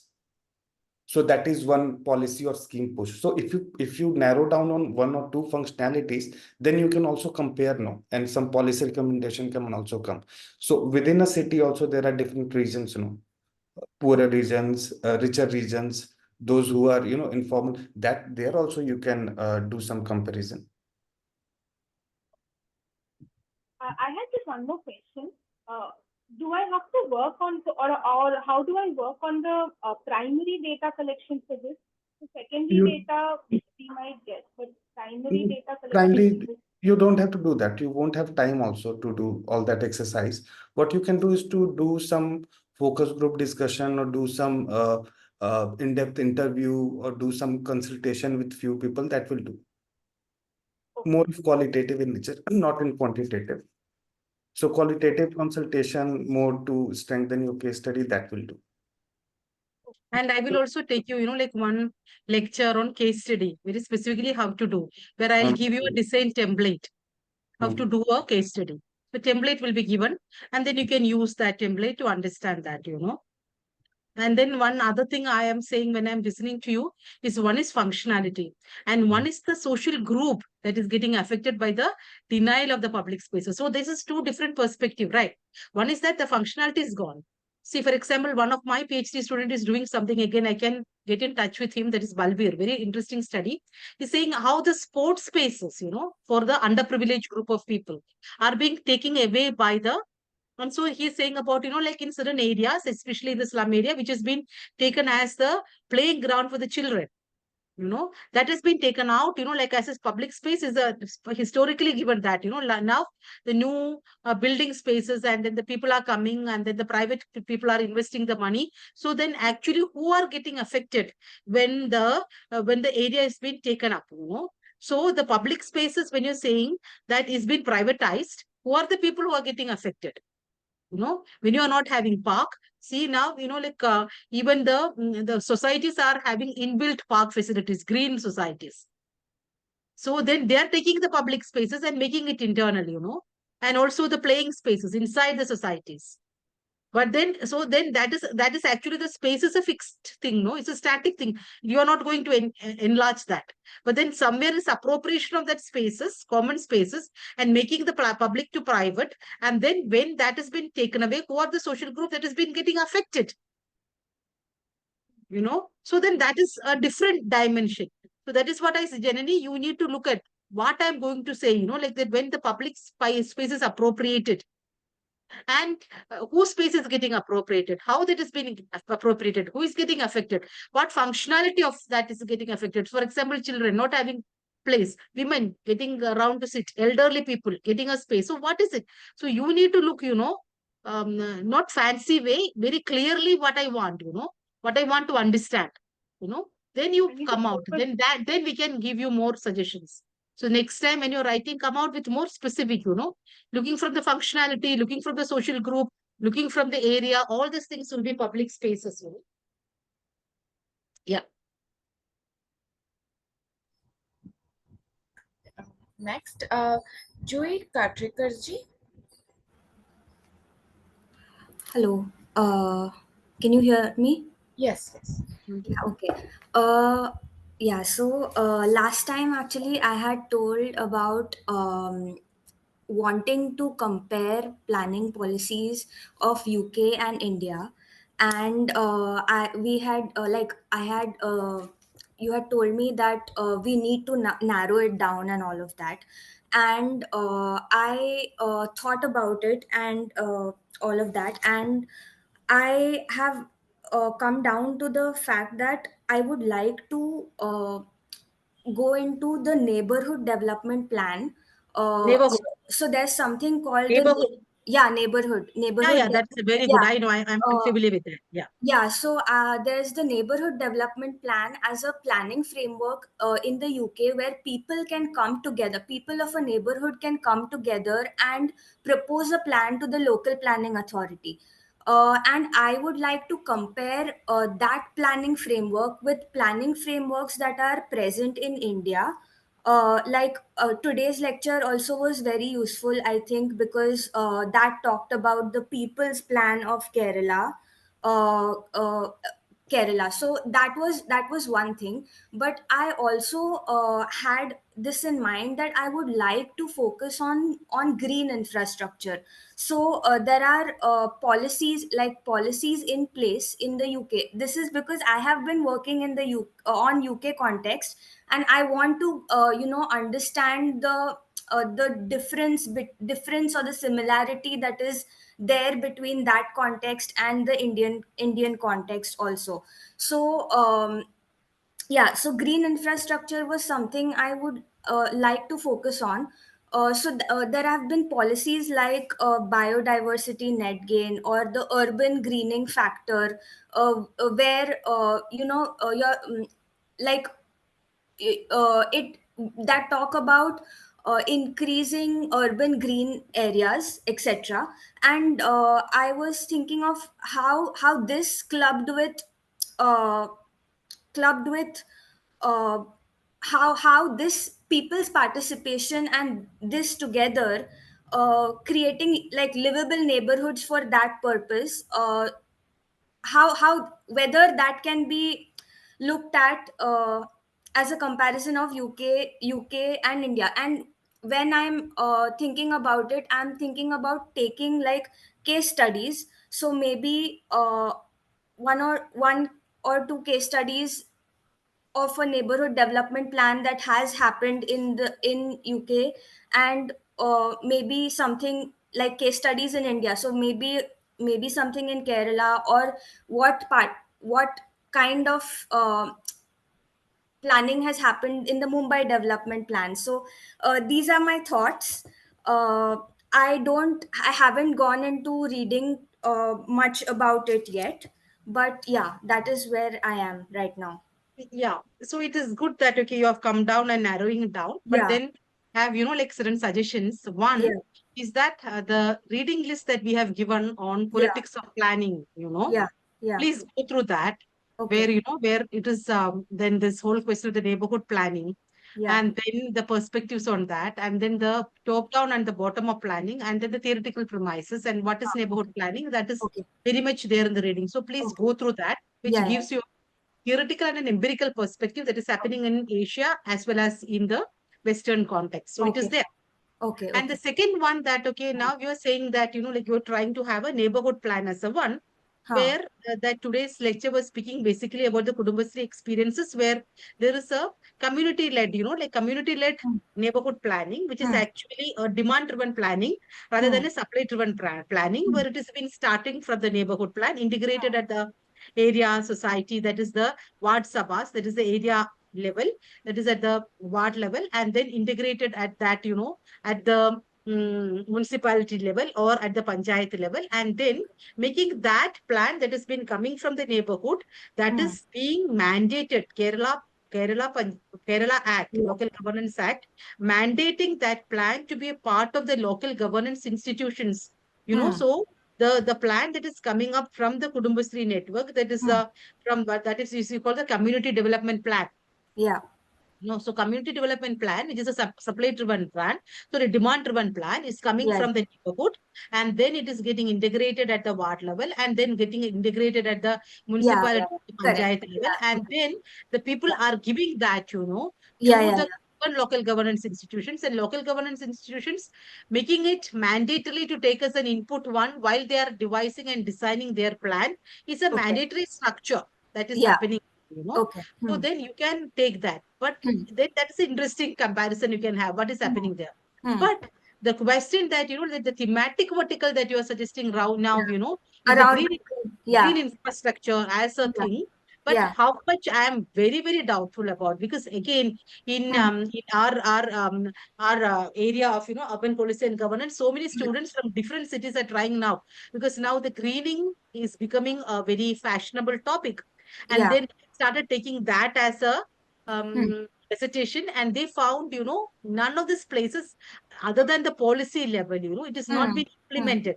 So not even the question of big developers, even they are coming up, they are not even starting it. So then the whole question of neighborhood taking that as a thematic vertical, to bring it is not happening as a thematic vertical.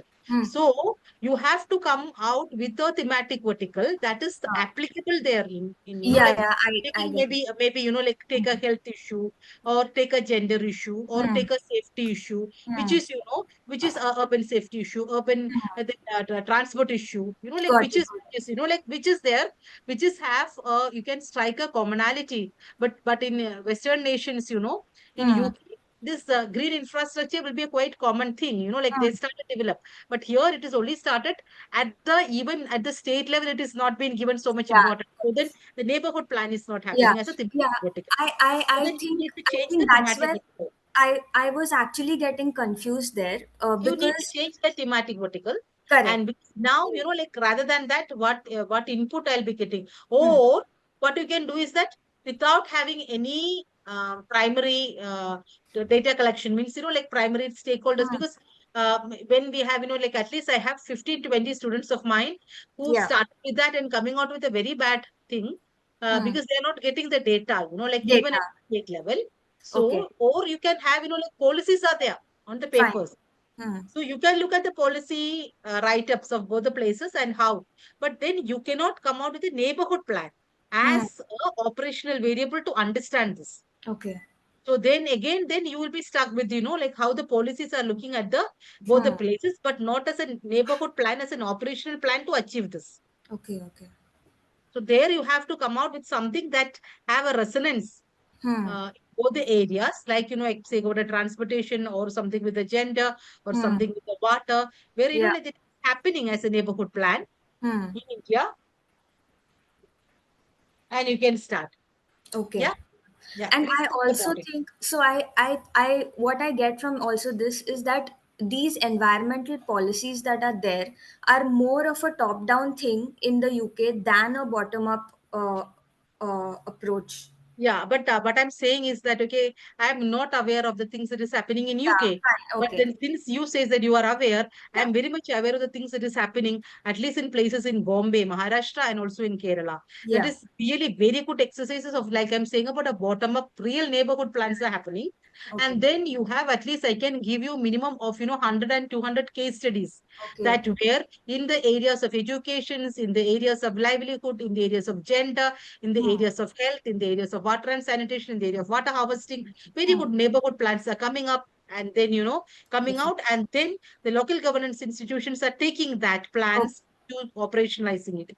So Okay. you have to, think about, again, it is Yeah. up to you. You are the person who is doing research. Yeah. Then you have to think about it. Yeah. Yeah. I get it. Yeah. Thank you And very much. Joji, you're based in which city? I'm based in Mumbai. You're based in Mumbai. Okay. You can also look at master plans, how we are developing master plans, because we're Yeah. also taking feedback on master plans. So that is city-centric, master plans usually are.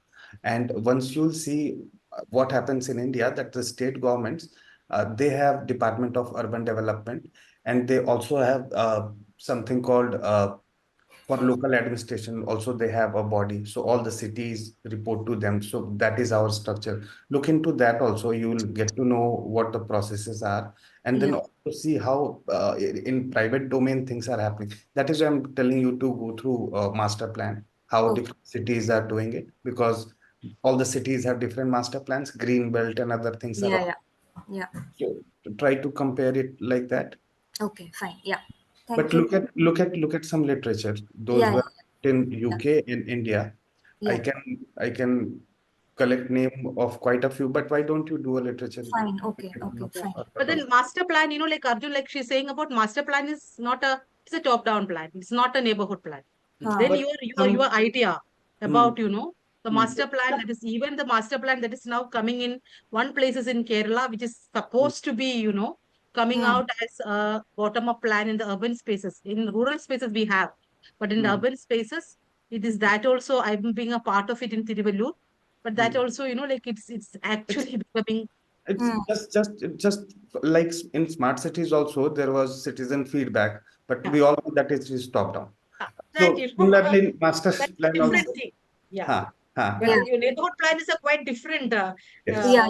terminology, different ideology, quite different Yeah. operationalization. So Yeah. you Yeah. have to Yeah. take a choice, what is it? Whether you're going Yeah. for a master plan, entirely different thing. No, Neighborhood, I entirely think different. would like to explore the neighborhood development So then, plan. then you have to go with a different thematic verticals. Yeah. Okay. Yeah. Okay. Think about. Yeah. Yeah. Fine. Okay. Thank you. Thank you.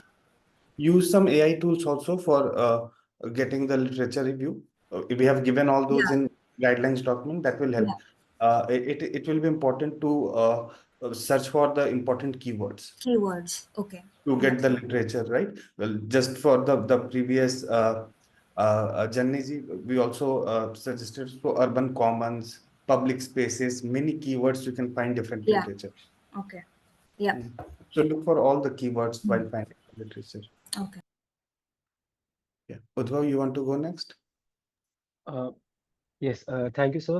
Actually, I wasn't able to introduce myself in the Go last ahead. session. So I'm Udbhav Malhotra, and I just graduated from Delhi University, and like I am looking up towards like many of such courses of certificate courses, and the topic which I have chosen for my research is vis-a-vis gender inclusive urban planning and taking the best practices from different countries, how it can be inculcated in India.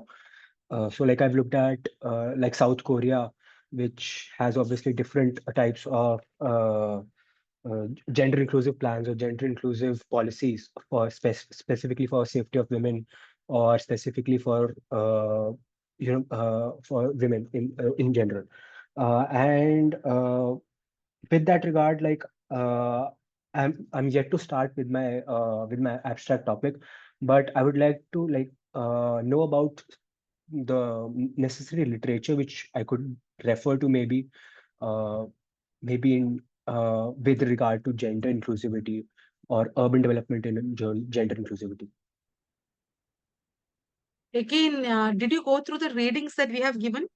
Planning policies Yes, ma'am, I think I did. So they don't have a gender inclusive. Yeah, maybe I think I missed it. Yeah. Yeah. Uh, So yeah. we have, like we have given. And then again, one thing that again, I would like to say, when you're saying gender, gender is a heterogeneous category. Yes, It's not a homogeneous, So then the whole thing that you're saying, gender is not it's not a monolithic category.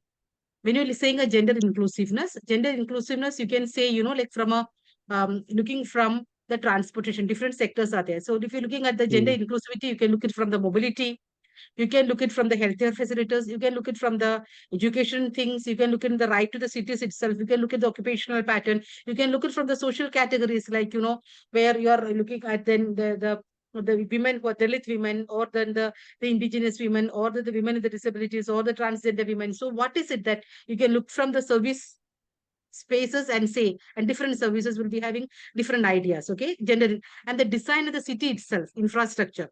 So infrastructure wise, design of the city, services wise, then the different sectors are there, and the social categories, different group of people are there.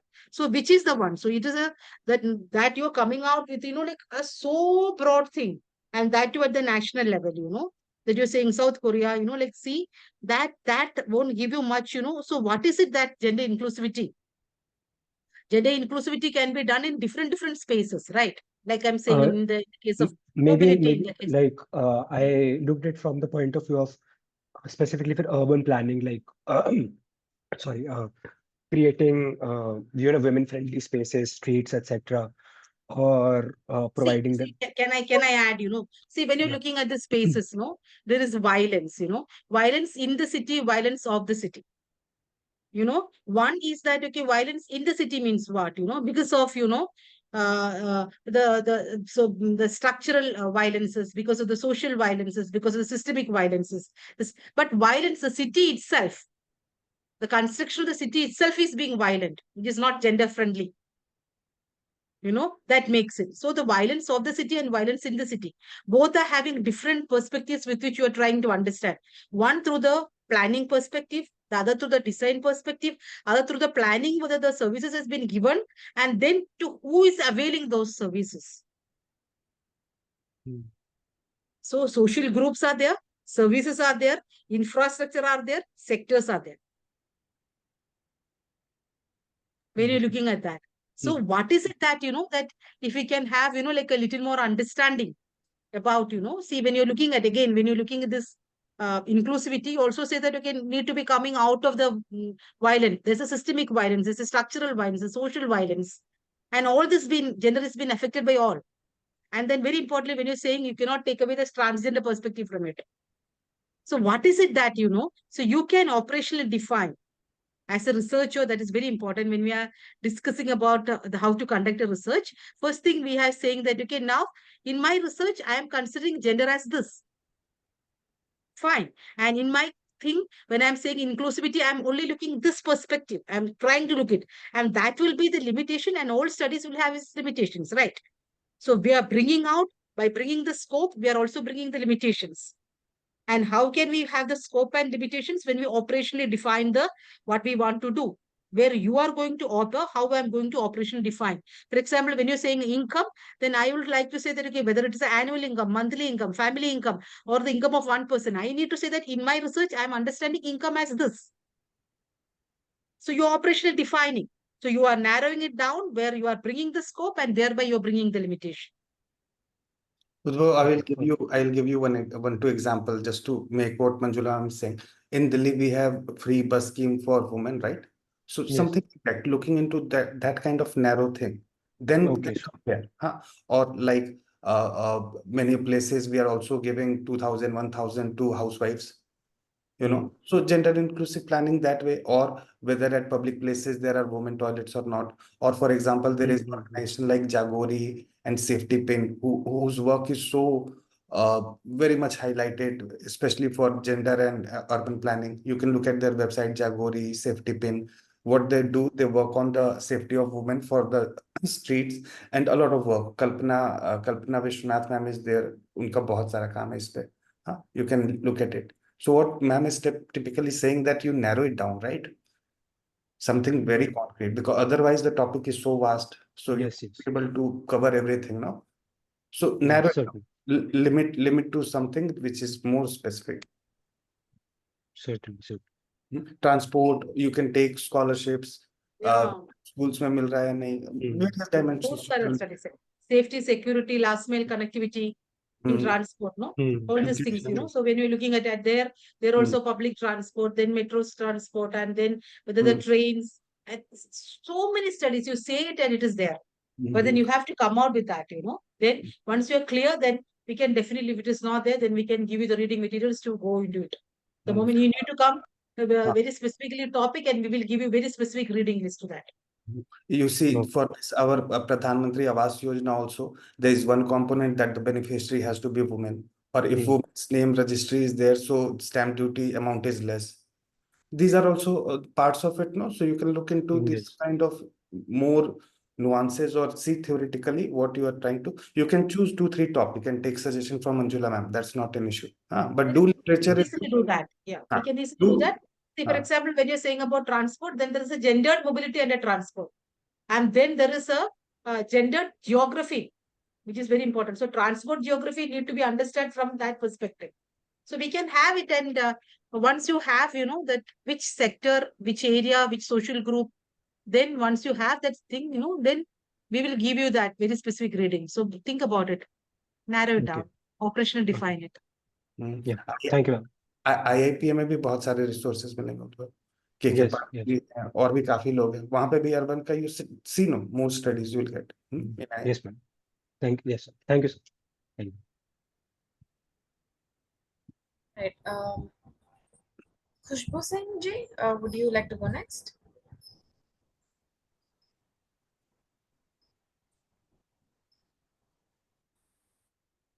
Khushbu ji, you are not audible to us. Hello, am I audible now? Yes. Sorry. Sorry. Sorry for my earlier introduction, as I have vague idea of my topic in my first session. But thanks to your reading list, I got I'm able to be like sorted it. So now I'm like I want to work upon resettlement and rehabilitation issue through a case study. So I also want to keep an idea. Is it fine to work on a case study, or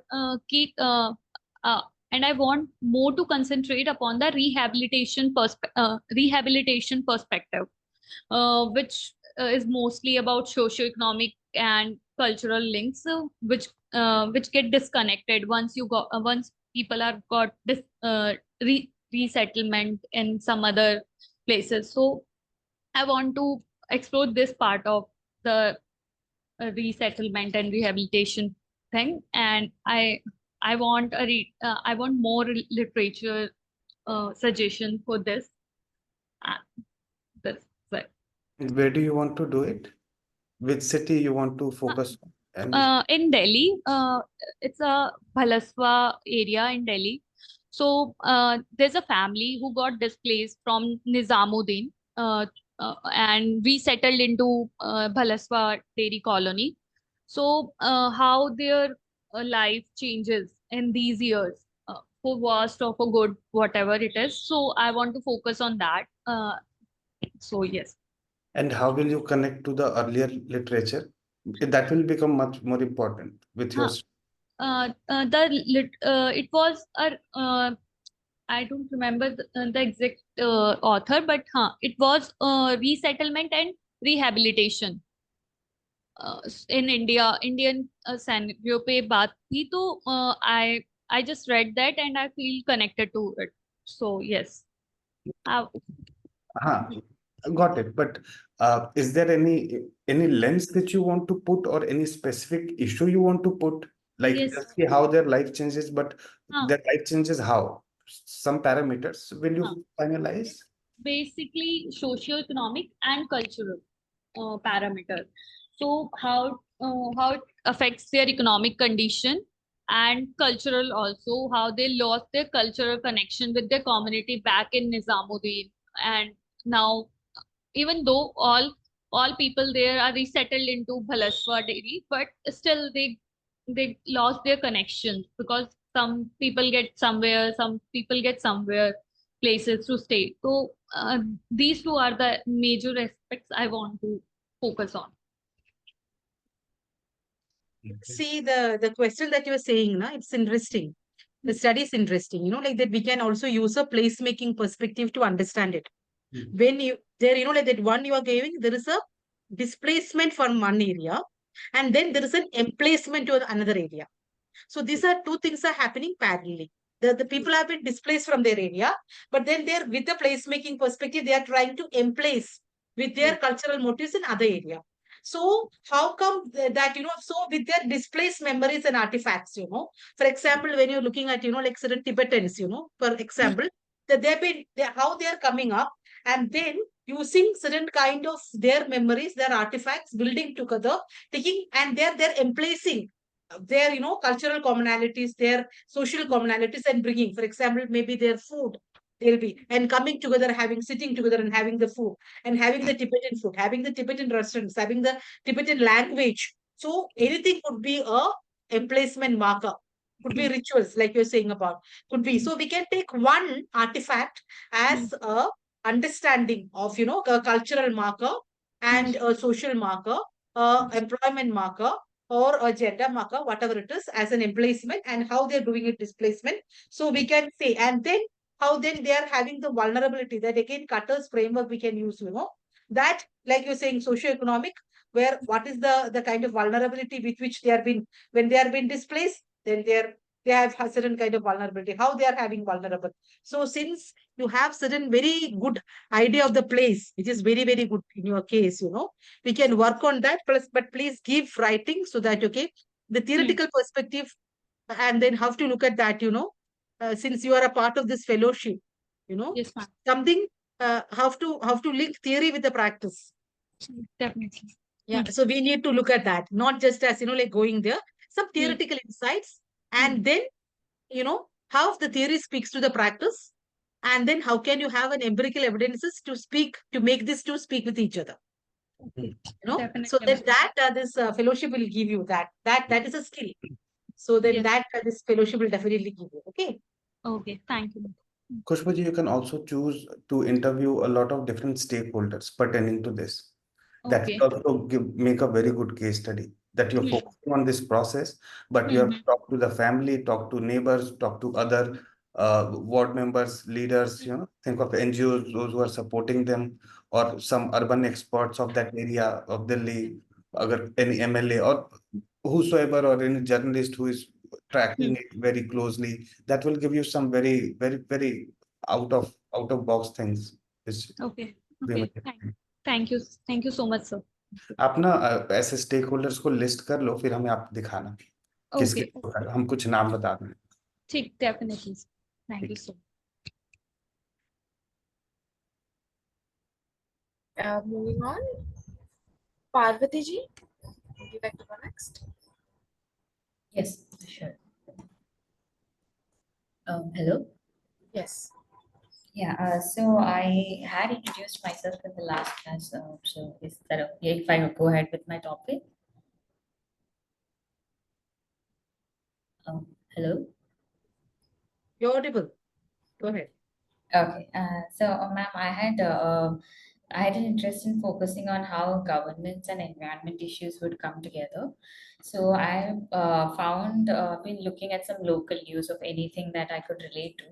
So there was a intervention that was recently inaugurated in a ward level, ward level here, which is an interact compost facility, biocompost facility. So it's been, so the topic is looking at how it's contributing to the circular economy, and I wanted to interview the ward councillor or the member, and if possible, more people into the ward and how they are managing it. So it is something that is inaugurated at ward level, and right now the municipal corporation is trying to scale it up. So what are the issues they're facing in terms of scaling it up, or what is their plan, and how does it align with the, because the city, Kochi, had faced a major waste management issues where the landfill had gone blaze. So after that, there has been a lot of initiatives that happened. So according to the policies that have lined up for waste management, how it is aligning, this small pilot project that has come up, how is it aligning with the policy, and how it can be scaled up according to the interviews that I can get on. So that's I am aware of this thing, Parvati, and it is a very good, so you have taken a very interesting case study. And so what you can look, and then you are also coming out with a theoretical perspective of a circular economy, which is very good. So circular economy, which is also, we can bring the green economy there. So circular green economy, and then trying to look at the waste management, and then local governance institutions, which is very much, the municipality is in charge of that, and how come they're doing it at the ward level, and trying to scale it up at the different levels is something that is, I'm aware of it. So, and there one, like Purnima Narayan, like, I don't know whether you are aware of it. She's actually a PhD, earlier she was ward councillor and then a member of that, and she's also a PhD in urban thing. So she's quite good in that, and she's quite politically active. At the same time, she's also academically engaged. So if you So could that is provide me Dr. her Purnima contact. Narayan. Yeah, I will ask, Dr. Purnima Narayan. So then she's quite aware of this Kochi things, and then I can also get in touch with some of the persons from there whom we can get, and then you will get the data from there, which will be very good. And then, so I'm very happy that, okay, you have certain ideas, certain theoretical perspective, and then that can be taken as a very interesting case study to look at that. That is good. And Good. thank you, ma'am. And I have a small request. As since I would be going for an interview, I would require a bona fide or some sort of. That IMPRI will be, all those things IMPRI will be providing, all One logistical supports, topic. everything, they will give you. But before that, like that, before you're going, we need to have the write-ups, we need to have the questionnaire, we need to go with the methodology. But now, like your area, that is quite good. I'm quite aware of this issue. Good. Yeah. And ma'am, one more small request I had. So in the list of the literature that was provided, there was one written by Samir sir, which is City Reflections. So I had tried to see, but it's not free so access. So is there any chance I could get a free access to the content? UNhale, right? Shweta, we have that they public. can do it. Shweta will give you. You can contact Shweta. And also, I'll give something on the green circular economy. And Yes, ma'am. Shweta, like that, I completely go blank because I'm saying I have the materials. But then can you just send me once this, what are the materials that I promised them, the participants right from the beginning. If you remind me, then I can send it one go to you. It will be good if participants can also write to us so that. Yeah, please. Also have, Then after the class, I can send it as one go to the IMPRI, and IMPRI can give it. Yes, and Parvati also go through the materials from NIUA, National Institute of Urban Affairs. A lot of case study, compendium of best practices and other things are there. Also in Swachh Bharat Mission 2.0 also, a lot of things already is documented. So why don't you benefit from that literature as well? You can also look at Professor Shyamla Mani's work. She was earlier at NIUA, or she's also visiting professor with us. She has worked a lot in this area, also in different such case studies, and NIUA or National Institute or people at here in Delhi, we all focus a lot. Niti Aayog also focus a lot on scaling up. So that issue is very important, but there is a lot of literature available. So it will be good to have those references in your bibliography. Yeah? Yes, I'll look into that, sir. Thank you. Ashish ji, you have a question? Shweta, how many more? Yes, just last, a very short one. Just like one Parvati has said that we need something as a document from IMPRI, where if you are going to conduct for a primary research, research data. Yeah, we'll give you the letter. Okay. Shweta, what we can do that we can share a letter template in the group of any other program or action research. That letter we can share in the group so that people know how that letter works. Sure, sir. I'll share it in the group. In WhatsApp group, we'll share the letter. You can see the template with your name and template, everything. Shweta, how many more students now? Just a minute, Shweta. I'm not part of WhatsApp group till today. Shweta will let. Maybe you Shweta, have. हाँ. Priyanka, Ashish ji ko add, huh? Yes, sir. We have two more, Prabhav ji and Sonam ji. Fine. Sonam. I'm audible, right? Yes. So last time I had shared that I will be working on, means focusing on how sanitation issues in Mumbai informal settlements and its correlation in SDG goals. So prior to that, I wanted to share key as a part of my dissertation in this, my topic was water and sanitation issues where I am living to understand the experiences. So I have not better means just the ground reality of my community where I am living, what challenges they are facing, and currently I am working on also under RIP benefit organization to give means advocate how sanitation issues can be addressed. So I want to take all this experience and whatever readings I have read to how this structural violence is related to informal settlement citizens and the participation, how it impacts on their participation in decision making. So yeah, wanted guidance related to that. Yeah, Sonam, like last time also I said your area of inquiry is very interesting. Especially when you're trying to look it from SDG 6, that is from water and sanitation, and then trying to understand the localization of the SDG, where you are trying to look through a lens of water and sanitation, and that too through the underprivileged group of people. So, but then the thing is that if you have finalized the area, since your thematic vertical is good, it is very relevant. And then did you finalize your area in Maharashtra? Yes, it's Mumbai. Mumbai. So then Mumbai also, like it's a huge, like the space, then that space will also says about, the sanitation geography, which is important, no? Right. So, yeah, so you need to understand the sanitation geography, you need to understand the social geography, you need to understand the historical geography. That will be able to look at that way in which the SDG is being aligned with these factors. Because the indicator framework, when you're looking at SDG framework in Maharashtra, Eshida has actually, for the rural side, Eshida has come out, they compress the 17 indicators into 9 indicators.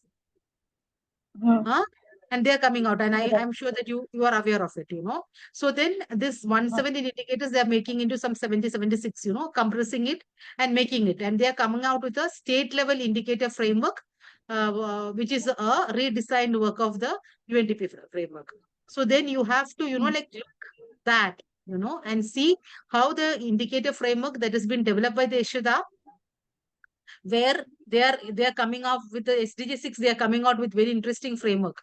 So see that and whether how that has been coming and reflecting on the urban space.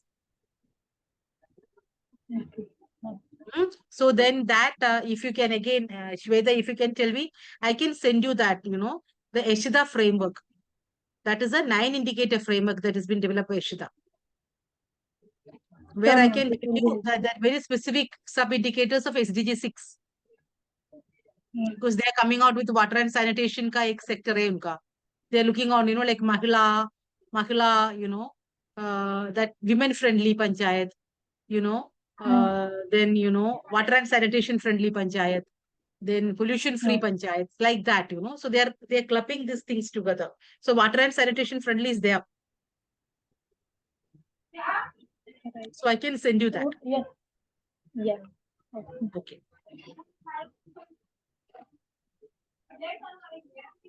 Thank you. Thank you, Sonam. Yes, ma'am. This is the end of the discussion. Thank you.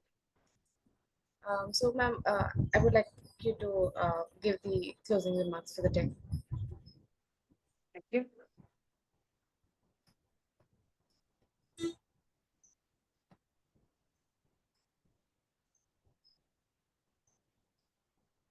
Shweta, are you expecting something from me? Closing remarks. Yeah. So thank you, IMPRI, and thank you all the participants. I think that today's sections was an interesting session that speaks on the politics of marginals. The session has been taken by Mr. SM Vijayanand, and from his theoretical understanding, from his practical understanding, being a person who held important positions as a bureaucrat in the state of Kerala and also in the national space in the government of India. And he had designed and many interesting frameworks that is helping for the marginals. And then he was sharing that. And again, we had a very wonderful session where we had discussed with the participants about the research work. And we hope to continue this journey and this trajectory and keep working and keep reading. One of the things I really, really, really want you to say is nothing substitutes reading. So please go with the readings that we have given and come with a substantial things, because your deadline is now 14th, right? Correct. That's 14. Yeah, 14. So that means only 4 days. So please send it, and then we will come out with a more concrete and substantial discussion in the next session. Thank you so much. Thank you very much, ma'am. Can we go for the vote of thanks? Hello? Okay. So as we come to the end of day 2 of UPLGYF, Urban Policy and Local Governance Youth Fellowship, an online national autumn and winter school program, a 4-month online immersive introductory leadership certificate training fellowship program, I, Shweta, researcher at IMPRI, Impact and Policy Research Institute, would like to propose the formal vote of thanks on behalf of IMPRI, New Delhi. We are grateful to our chair and expert for the day 2 session, Professor Manjula Bharathy ji and Mr. SM Vijayanand, for taking out their valuable time and allowing us to learn from this online certificate program. We thank all of our participants who have raised pertinent questions and have actively participated in today's deliberation. We look forward to welcoming you on October 14th at 6 p.m. for our day 3 of the certification course by distinguished expert Professor Malini Krishnankutty, followed by a creative project selection and discussion of it. We are grateful if you're watching us later on YouTube or listening to us on our various podcasts or reading our publications. We hope you continue to join in future to our IMPRI Web Policy Talk and Web Policy Learning. Wishing you a good day. Thank you.